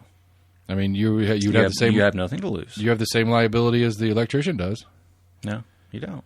Sure you do. You don't have a license to lose that you may or may not be able to get back. Okay. Well, you didn't have the license to do you did the electrical work without a license in the first place. You're going to lose whatever you lose in a lawsuit, getting sued or whatever. Actually, the licensed electrician probably has less to lose other than the profession, because the licensed electrician probably has his business set up in a way that, okay, he's going to lose his tools and he might lose his work truck, but he's not going to lose his house. But if you came in and did the electrical and told me you did it right and then something happened and I get sued and then I sue you because it was the work you did and I can prove that you did it, well, you're just a person. I can take everything you have. Which, again, even before that part of it, you're backing up to saying, okay, well, we're going to make you bring in a licensed electrician in because in the case of a lawsuit, we have more parties to go after. We want to make sure that if somebody is harmed by something that happens in your business, we have as many different businesses that they can go after to recoup damages of what happened in your place. Because this way, you can sue me, the business owner, you can sue the landlord, and now you can also sue the electrician because we have paperwork that says this electrician did that job. So is that the point, is to get as many people on the hook in case of liability as possible? No, I think it's more so that you have those layers of liability. You can't turn around and say, hey, I just hired this guy off the street that said he knew how to tie wires together. That's obviously going to point, I'm assuming, in that scenario, straight back on the business. Like, well, you hired some dumbass to fucking do your shit for you. I mean, the dumbass is still liable. He did it. And if he postured himself as being capable of doing it as truth or not, he still did it, as long as I can find him and say, this guy is the one that did it. Maybe. Prove it. I mean, that is problematic because I don't have a paper trail. You're right. But again, it leads to my argument that the only reason that they're doing this is to have more parties with the paper trail involved so that in the case of lawsuit, the damage can have as many people as possible to go after. Again, I don't see it from that standpoint, but sure. I don't think it's solely just to have more people to go after. I'm pushing back on your thought on that. In the generic economic mindset that I run a lot of things in, what is the value add to this part of the process? The generic value add is that you as the consumer could come into the business knowing that the city signed off on it, that it is probably safe. Yeah. Okay. And so that is the value add to me as the business as well, is that you as the consumer aren't going to walk in my door and be like, whew, this place looks a little rickety. I don't know if I want to go in there. Well, they are open for business, which means they passed their permits and stuff, so I can go in there. That'll be fine, right? But when the city has no real skin in the game, they don't lose anything if they were wrong. Where they don't have a real value add like the electrician does in our example. Like the electrician with the license and all that stuff, he is a value add because he's, A, doing a particular service by making the thing do what I want it to do. I want to put an outlet on that wall halfway up so I can mount a TV right in front of it. And so I have power for my TV that I want to put there. And you know exactly how to set that up for me and do it right. And so I have power to it. And I know which switch on the wall is going to turn that switch on and off and all that kind of cool stuff like that because you know what you're doing. There's a value add in that part of the process. To me, as the business. Okay. Again, I don't see where I'm confused on what the value add for the city inspections in this process are. It's not helping me, the business. It's not protecting me from a shitty contractor. I mean, maybe if this contractor's pulled permits before and the inspector knows this contractor's shitty, they'll look a little harder at his work. And maybe that'll protect me from having the faulty, having outlets go out on me that I didn't expect to go out because I thought the electrician did a good job. Maybe. But it's not, it doesn't protect me from liability. The liability is still on me if something happens. It doesn't, yeah. The only real value add is that there's an assumption by a consumer that my business is generally safe because the city is allowing me to be open. But I mean, hell, I could unlock the door and we'd have people walk in every day. The way things have been going, people walk by all the time looking in the window and be like, I've had people open the door and be like, you guys open? Not yet. So the general public doesn't really seem to care about the city permitting process. It's us.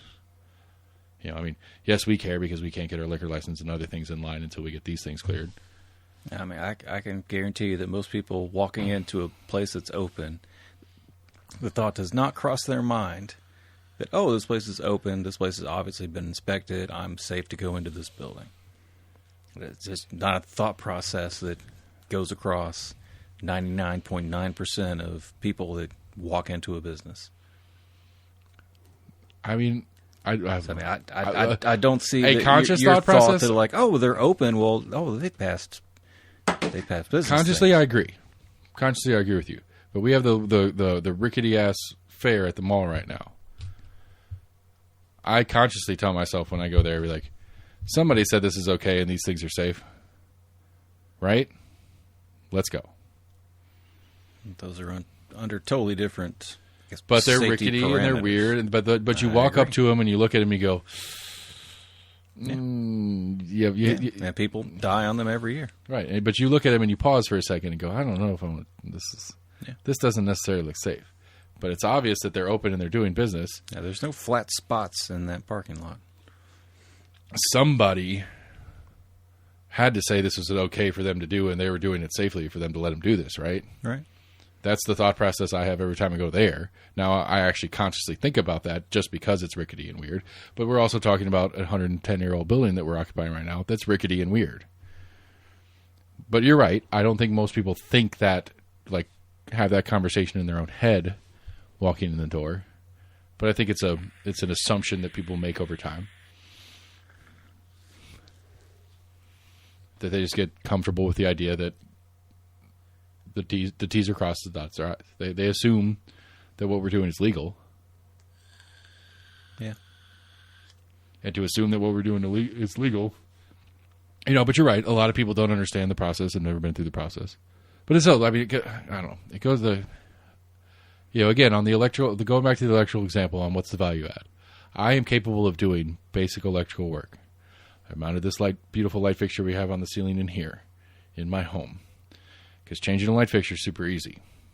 I'm not opposed to the idea of if I were going to be open to the public and have public people coming in here and just hanging out and being part of the studio, that if the city wants to say, hey, if you're going to have people in there and you're going to do business in that place, which I guess I technically am, shut up, we want to take a look at the work you've done. And if they want to go and pop that cover off and look and make sure I wired the light right, I'm not going to be upset about that.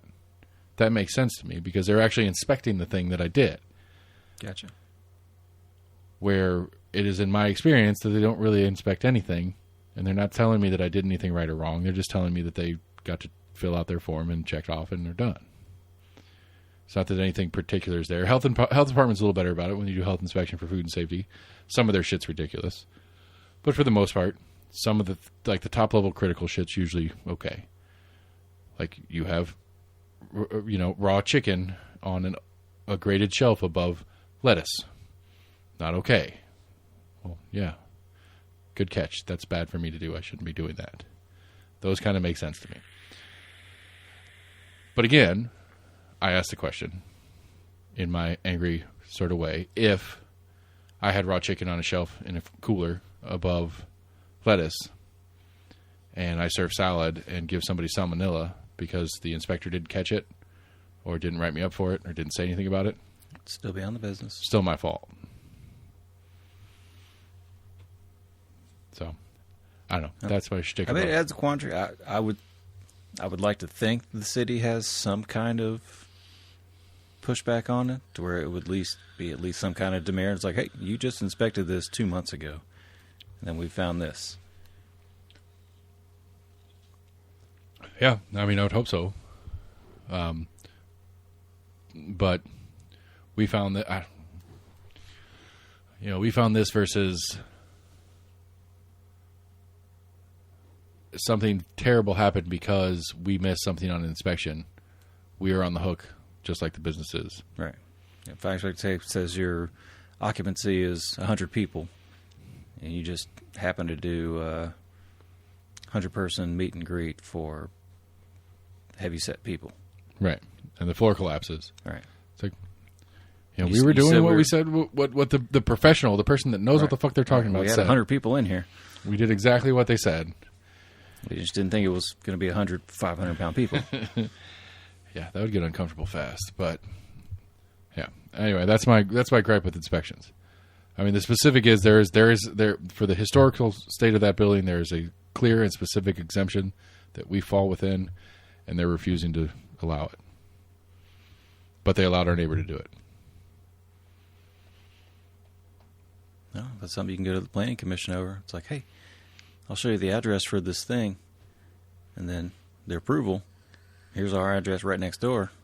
I mean, as far as I know, we our rejection. Well, like we were in a meeting, and it was the exemption from one of the other people that worked there was discussed.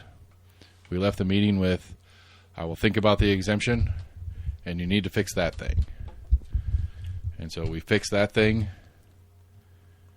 and moved on and requested an inspection because we were just in the flux on that thing, or on the exemption. We've now had 2 inspectors out and fixed another one thing that we missed from the drawings, because we only were talking drawings the first time we talked to him. But the exemption was already in play. He knows the exemption exists. He knows the exemption's there. He knows that we fall under the parameters of the exemption. And it's just a matter of him allowing us to do the exemption or not. And it's like a $10,000. Are you getting like the same inspector each time? No. You getting different ones? No, this part doesn't matter. Like, the inspectors are good. Like, any inspector that's going to come out is good with what we're doing, except because the plan hasn't been approved by him. Because the plan has the door swinging in, and he wants that door swinging out. It's like, we can't do it. Not affordably. Although I think I came up with the cheapest functional option that we're going to go with. We might go with short term if we can't get somebody to help get the exemption applied. So, in lighter news, I don't know. I don't have a transition off that. What else is up in the world? I'm trying to think of what's new this week. I'm trying to stay local. I got that wonderful email from Senator Blackburn, which you guys are so excited that I shared with you. Well, you mentioned at the start of the show you had some listeners that were pushing back on things we got wrong. Let's see here. Or was it just you got wrong?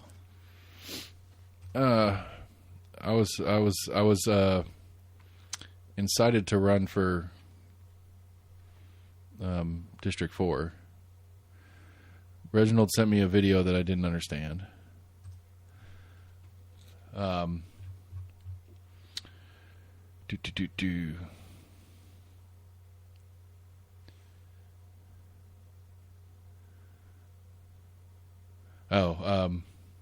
Amanda Collins is also running against Zachary for District 14. So both my nemesis Brian, Amanda Collins, and Zachary are running for 14 next year in 24. Who's Amanda Collins? Just another local player. It's been around. I'm trying to remember if I've interviewed her or not. I feel guilty for not knowing the answer to that.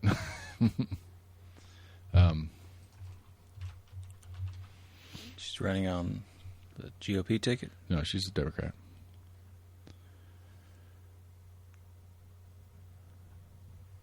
She's like uber active on Facebook.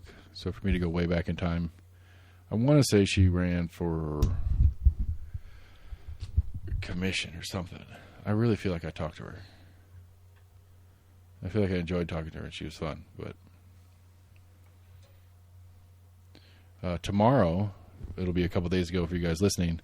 I think Thursday, the City Council movement for All Tennessee and a bunch of other people are doing I can't remember what they called it, but it was basically normal people's state of the city. So Kincannon's doing her state of the city address, and so they're doing a more progressive state of the city.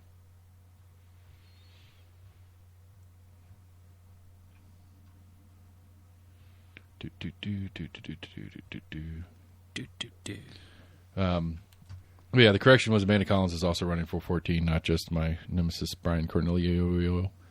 To which I said that'll be fun. I didn't throw in the idea that I might run for 18. But basically I joked about it. It's like, all right, well, I'll deal with 24 cycle when I get out of 25. Debbie Helsley's running, but then Keith Britt is running for District 4 and County Commission in 24, which I knew about that.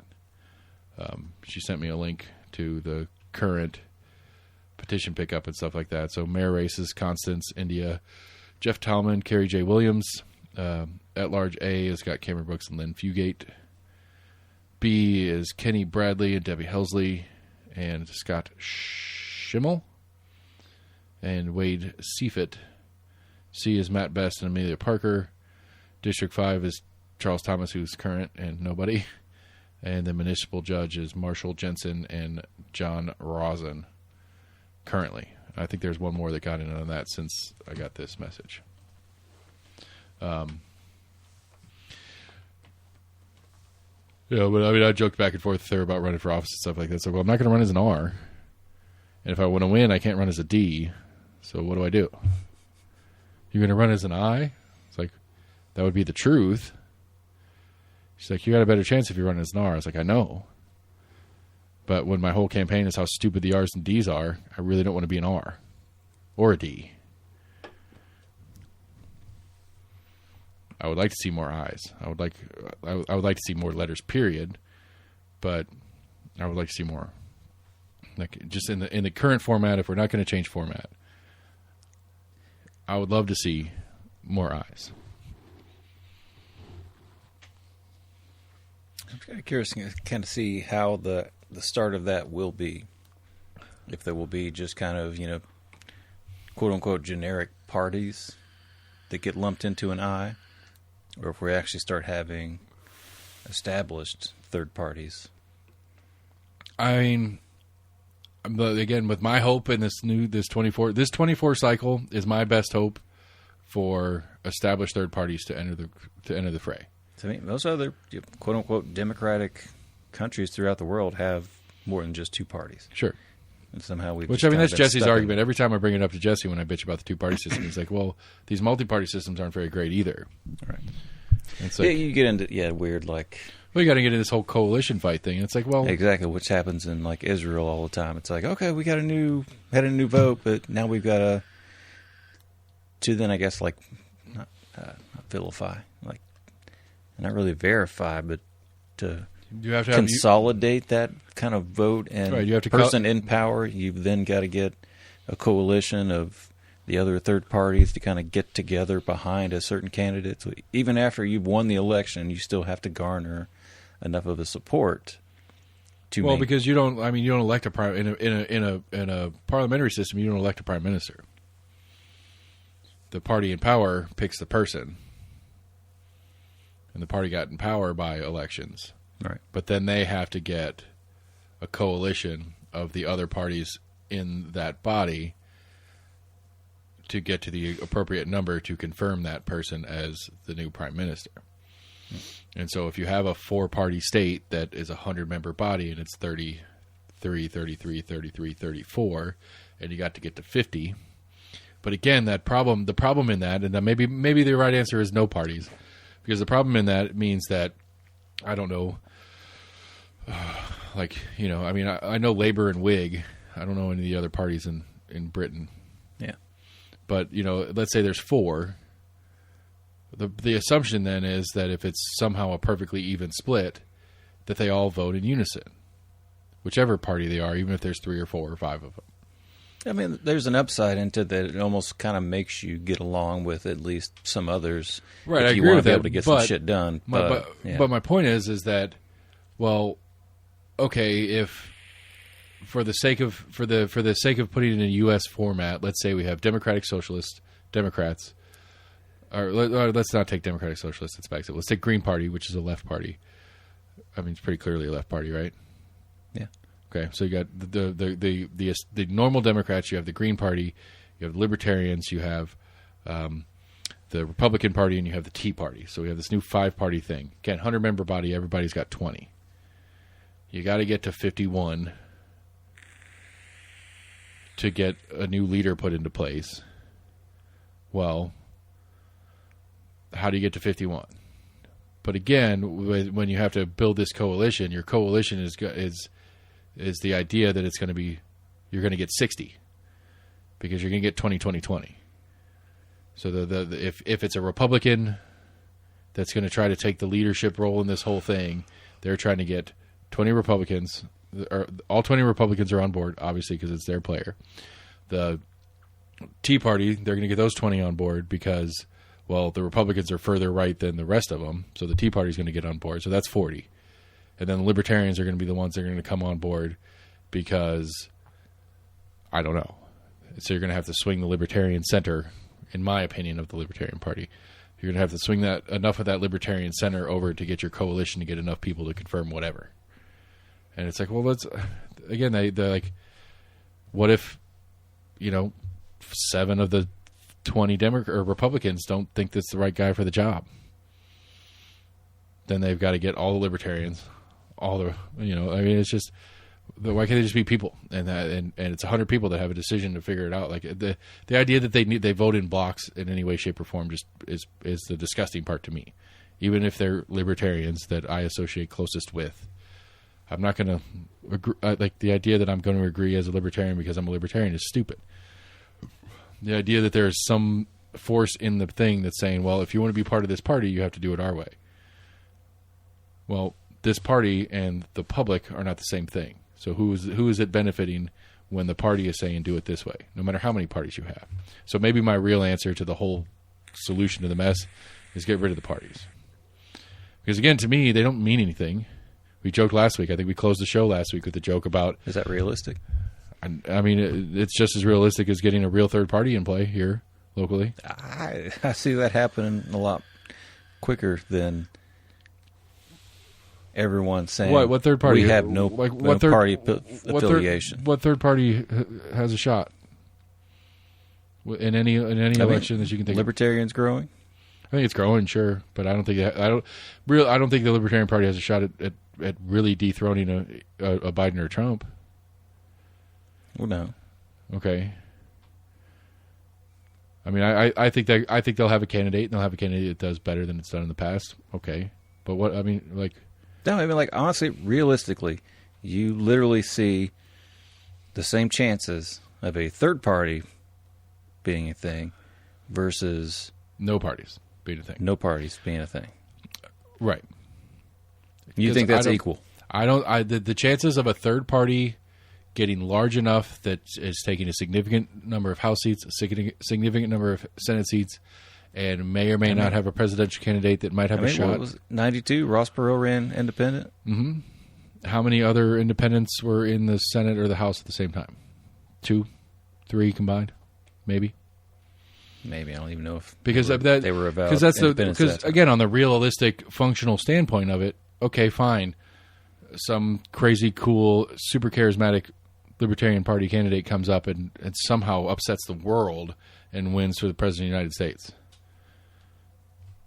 Still, at least as of right now, a Republican-controlled House and a split Senate.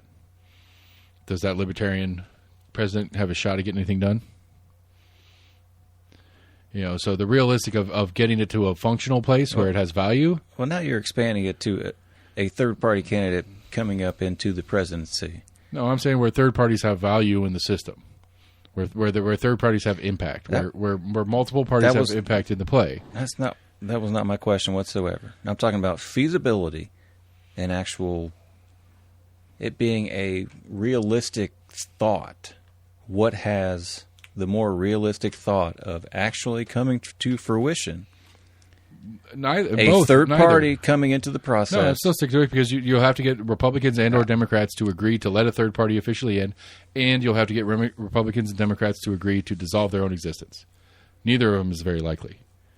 I don't see, unless there is some hugely crazy populist movement towards it, I don't see a chance of it happening either way, realistically. Because at the end of the day, in the state of Tennessee, the way state of Tennessee elections work, the Republican supermajority in the state of Tennessee will have to allow a third party to exist on the ballot. But they've already disavowed themselves. Or they'd have to do that. Those are the two options. The supermajority Republicans either say, Republicans don't exist anymore, the title is going away, we don't play this game with the party thing anymore, or they have to allow a third party. Neither is likely. I would say there are similar odds of happening. I would say it's highly more likely that a third party comes to in. I'm not saying it is a major force whatsoever. Okay. Right. So the difference between an accepted third party. The difference between a 3% chance and a 0.5% chance.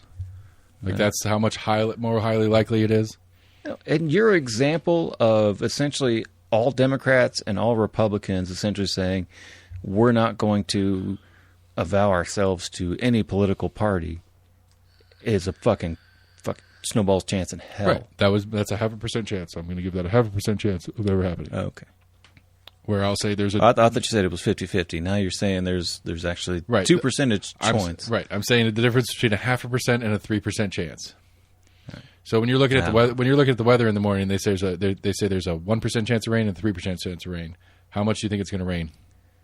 That's going off of your guesstimated percentages. Okay. I don't agree that the chance of a third party coming into it, which I think we're getting closer and closer to it. I hope so. I will happily be wrong on this topic. I don't understand how you can logically equate the two. Because the same people have to allow either to happen. The same group of people have to allow either thing to happen, and those groups of people have zero interest in allowing either thing to happen. So you maybe have two major parties that then finally may coalesce to allow a third party in to allow that to happen. Small chance. Very tiny chance. How much of a chance do you have of literally, in your model, all politicians basically saying, we're getting rid of the party system. Right. I would say that is my half. Again, I'm going to stick with my 0.5%, 3%. I think that's a decent analogy to it. You're crazy. What if you're going to put the same version together? What, 10%, 15% chance that they're going to allow a third party to exist? 30 to 40. Whew. Find me 2 Republicans, elected Republicans. Nah, they'll say it, but they don't mean it. No way. No. There's no way. I can't think. Do you think Zachary would vote to allow a third party? You think Sexton? You think Briggs? You think Becky Massey? You think anybody who's... They have to vote to allow a third party candidate into the legislature? Yeah. Unless we can have a ballot initiative, which that ain't going to fucking happen. How do they decide? How does the legislature decide? They produce the rules for elections. And they have a set of rules in place that is impossible. They are the election commissions. They instruct the election commission how to do their job. They create the rules that the election commissions have to follow. I can have Chris Davis back in. There's your mention, Chris. It's been a while. I can have Chris Davis back in to explain this to re-explain it again. But the rules in place. If I want to run for District 4 in Knox County as a libertarian with an L behind my name, I would have to get. Oh God, what was the number? I forgot the numbers. It's something ridiculous. Of eligible voters in the state to sign a petition. A percentage of eligible voters in the state to sign a petition to allow... in the county, in the municipality. Okay, I'm sorry, in the county. In the county. Okay. I would have to get more people to sign a petition allowing an L to be behind my name on a ballot than would vote for anybody in District 4 in that election. Okay. So then where does our legislatures come into the deciding factor in that? They created that rule. Okay, they created that rule, but how are they preventing you from doing it? Once you do that, are they preventing you? It's an impossible rule. So then they have no choice. If I can beat a threshold that's impossible to beat, they have no choice but to deal with it. You're right. But if there was ever, I would assume, and this is a guesstimate, if there was ever a person or a group of people... I'm just pushing back on the legislatures having the say-so whether or not you're able to end.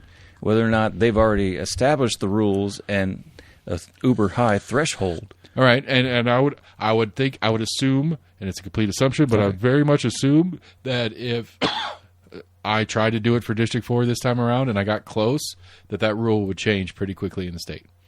And they would raise that rule to make it harder. They would do it sneakily. They would do it under the table. It would be one of the 1,500 bills that we don't pay attention to, because who pays attention to election party affiliation election rules? And as that passes through, when we're arguing about trans rights, but it's an impossibly high standard to hit under the current setup. And they said it as an impossibility standard. I would assume they said it that way because they didn't want to deal with it. And so instead of saying, no, you can't run as a third party because that would be rude, we're going to say, sure, you can run as a third party. You just have to do this and this and this. And then when you look at what this and this and this is, it's really just, no, you can't do it. Functionally, it's no, you can't do it. Okay. I took your original statement as in that if you were applied, that then the legislature would then somehow have some kind of oversight over the application of it. No, but they made it so but they can change that rule. They can change that setup. They can change the standards you have to hit to allow a third party. It's wrong to say that the legislators that you were listing off do not have a say. It is the previous legislators that have and it's the current codified a law. It's the current ones that change it if things right, but the current ones can quickly and easily change it if they when and if it becomes an issue. Yeah. So if somehow miraculously somebody pulls it off, they're not going to get. I mean that rule is going to change because they're not going to allow another. They're not going to allow the growth of this third party because it's not in their best interest. You got your news of the weird up? No. Jeez. I just again. I mean, I thought there was a local one that I read. What was it? Not local. Sorry. So to finish the thought is that there is no incentive for them to allow it to happen. Just like there's no incentive for them to disavow their own party affiliations. Why would they? It doesn't do them any good. And apparently to a lot of people, libertarians are Republicans anyway, so let's just let them stick with voting the Republicans that they've been voting for anyway. So we're just going to keep it the way it is because that's good for us because we're the Republicans and we have the supermajority and we're going to keep it the way that keeps us in power. Why would we change that? Why would we do anything to let anybody take that apart? So, I don't know. I don't see it changing.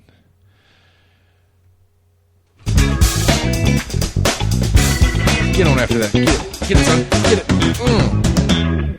You better come hot and heavy. Uh-oh. I warmed that crowd up for you, man. You better come hot and heavy. Uh-oh. Here, come. Eager for another nude bike ride through your city of brotherly love? Keep your shirt on for now. No topless biking in Philly. The next Philly bike ride is coming in August. Organizers of the annual jaunt to promote fuel conservation and positive body images said Wednesday they are holding the August 26th starting location and route under wraps and will disclose them the day before. So, wait, what? I thought you were going to tell me more in the first couple. A topless? See, the 10-mile Philadelphia ride bike related rally to the World Naked Bike Ride movement draws about 3,000 bikers in the buff. Organizers say they hope it encourages people to bike more and to embrace nudity as a normal and enjoyable part of life.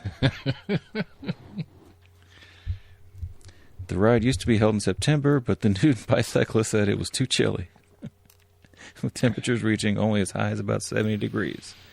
Well, they're not biking very hard if they get cold. In 2019, it was moved to August. So it's a underground protest bike ride for bicycling nudity. I mean, I don't know. I have to think about that. I don't know if it's condoned by the city. Not quite sure. I mean, it certainly doesn't sound like it. They're hiding their starting location, which basically means... But I mean, to do a bike race, you've got to have, I guess, it's almost like a parade permit to... Shut the street down. Yeah. Unless they just do it kind of in the bike lanes, if they have bike lanes. I mean, sounds like a protest to me. That's got to be funny to watch. You think so? Yeah, I kind of want to go. When is it? Sometime in August? Yeah. Road trip. Going to Philly. Naked bicyclist. No thanks. I'd like to visit the city, but not specifically just for that. It's got to be fun to watch. Yeah. You're going to get all kinds. You're going to get hot ass, like, ooh, that's fun to look at. And how often does that happen, really? You're going to get... Everybody's like, oh, let's go. Oh, we're going I'm saying, but you're also going to get, ooh. Yeah. But that's also fun to look at in a different way of fun. Like walking in a car wreck kind of fun. which you might see a couple of those while you're watching this bike ride as well. It could be a good time. What? Oh, sorry, I just found another crazy one. Anyway. State senator makes shirtless vote during Zoom meeting. A Minnesota state senator became a reluctant star on social media after he voted shirtless while lying in bed during what should have been a routine legislative commission meeting. You can vote on Zoom in Minnesota? Maybe. I find that's more interesting to me than the topless part. I mean, I'm assuming if you've got, you're at home with the flu or whatever, you still vote. I mean, this since school the board pandemic, a lot of things allowed a lot of voting by remote voting, basically. I'm not sure how. I'm not sure how I feel about that. I don't disagree per se, functionally. I like that better than not voting. But we went through that whole mess with the school board. The Legislative Audit Commission. Is he getting in trouble for being topless, not for voting remotely?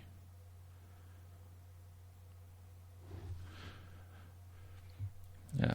No. Do what now? Is he getting in trouble? I don't know. That I'm talking about getting in trouble. He's just became, I guess, like an internet star of this Zoom meeting. All right, so I'm doing that. I need if Vegas keeps winning, I win our brackets. By the way, do I know? I need Vegas. So Vegas is really the only thing I have left. Yeah, my Rangers are out. Who did I have? I mean, I had the Rangers also. I had Boston going way further, obviously. But yeah, my bracket's trash. Right now, yeah, mine was. I think most of mine was screwed after the first round. Right. Right. I have Carolina, and I have Carolina in now, and then the Rangers beating them, and so Carolina dies in my bracket right now. Did Tampa win their series? Nope. All right. Minnesota lost their series. Colorado lost their series. Yeah. LA lost their series. So the only live team I have left is I had Colorado and the Rangers going to the final. Yeah, the only live team I have left is Vegas and Carolina, but Carolina losing in this round. All right, so my bracket points have already cashed in for Carolina. The only way I can get any more points than I currently have. How many teams do you have that are currently in? I did pick. I picked right for Vegas and Oilers to be playing right now. Okay, so that's two teams you have live right now. And then, I had the Islanders and Rangers in. Both of those are out. I had Boston and Toronto in. Only Toronto's in for that. Okay, so you have three live right now, but you have Boston beating Toronto? Yeah, I had Boston beating Toronto. Okay. You have Vegas beating? I had Vegas losing to the Oilers. Okay. So, and then the Oilers losing to the Avalanche. Okay, so if Vegas wins their series, I win our brackets. If Vegas loses their series, you win our brackets. It's literally Vegas. Vegas or bust for me, baby. Vegas or bust. Vegas or bust. Can't finish a show better than a phrase like Vegas or bust. Thank you, everybody. We're almost in agreement for a Wednesday show. Rambling all over the place. Arguing about the tiny, tiny percentage chance of either of the most impossible things happening in U.S. politics. And so on and so forth. That's what we do. Almost agreement at gmail.com, Facebook, Twitter, YouTube. I apparently obligated myself to do my Voter Guide 23 this weekend, so you'll see that early next week. At least a rough form of it. Favorite podcast provider. Go there. Tell your friends about us. Do all those kind of things. Help us get the word out. We're going to keep doing what we're doing. I'm going to start reaching out to all these 23 candidates and see if I can talk to everybody. American Cannon's on my list, but I want to talk to her as the mayor, not as a candidate right now, because I'm very upset with her administration. So anyway, almost again, everybody. Thanks for listening. We'll talk to you all later. Any time out? Any time out, though? Oh.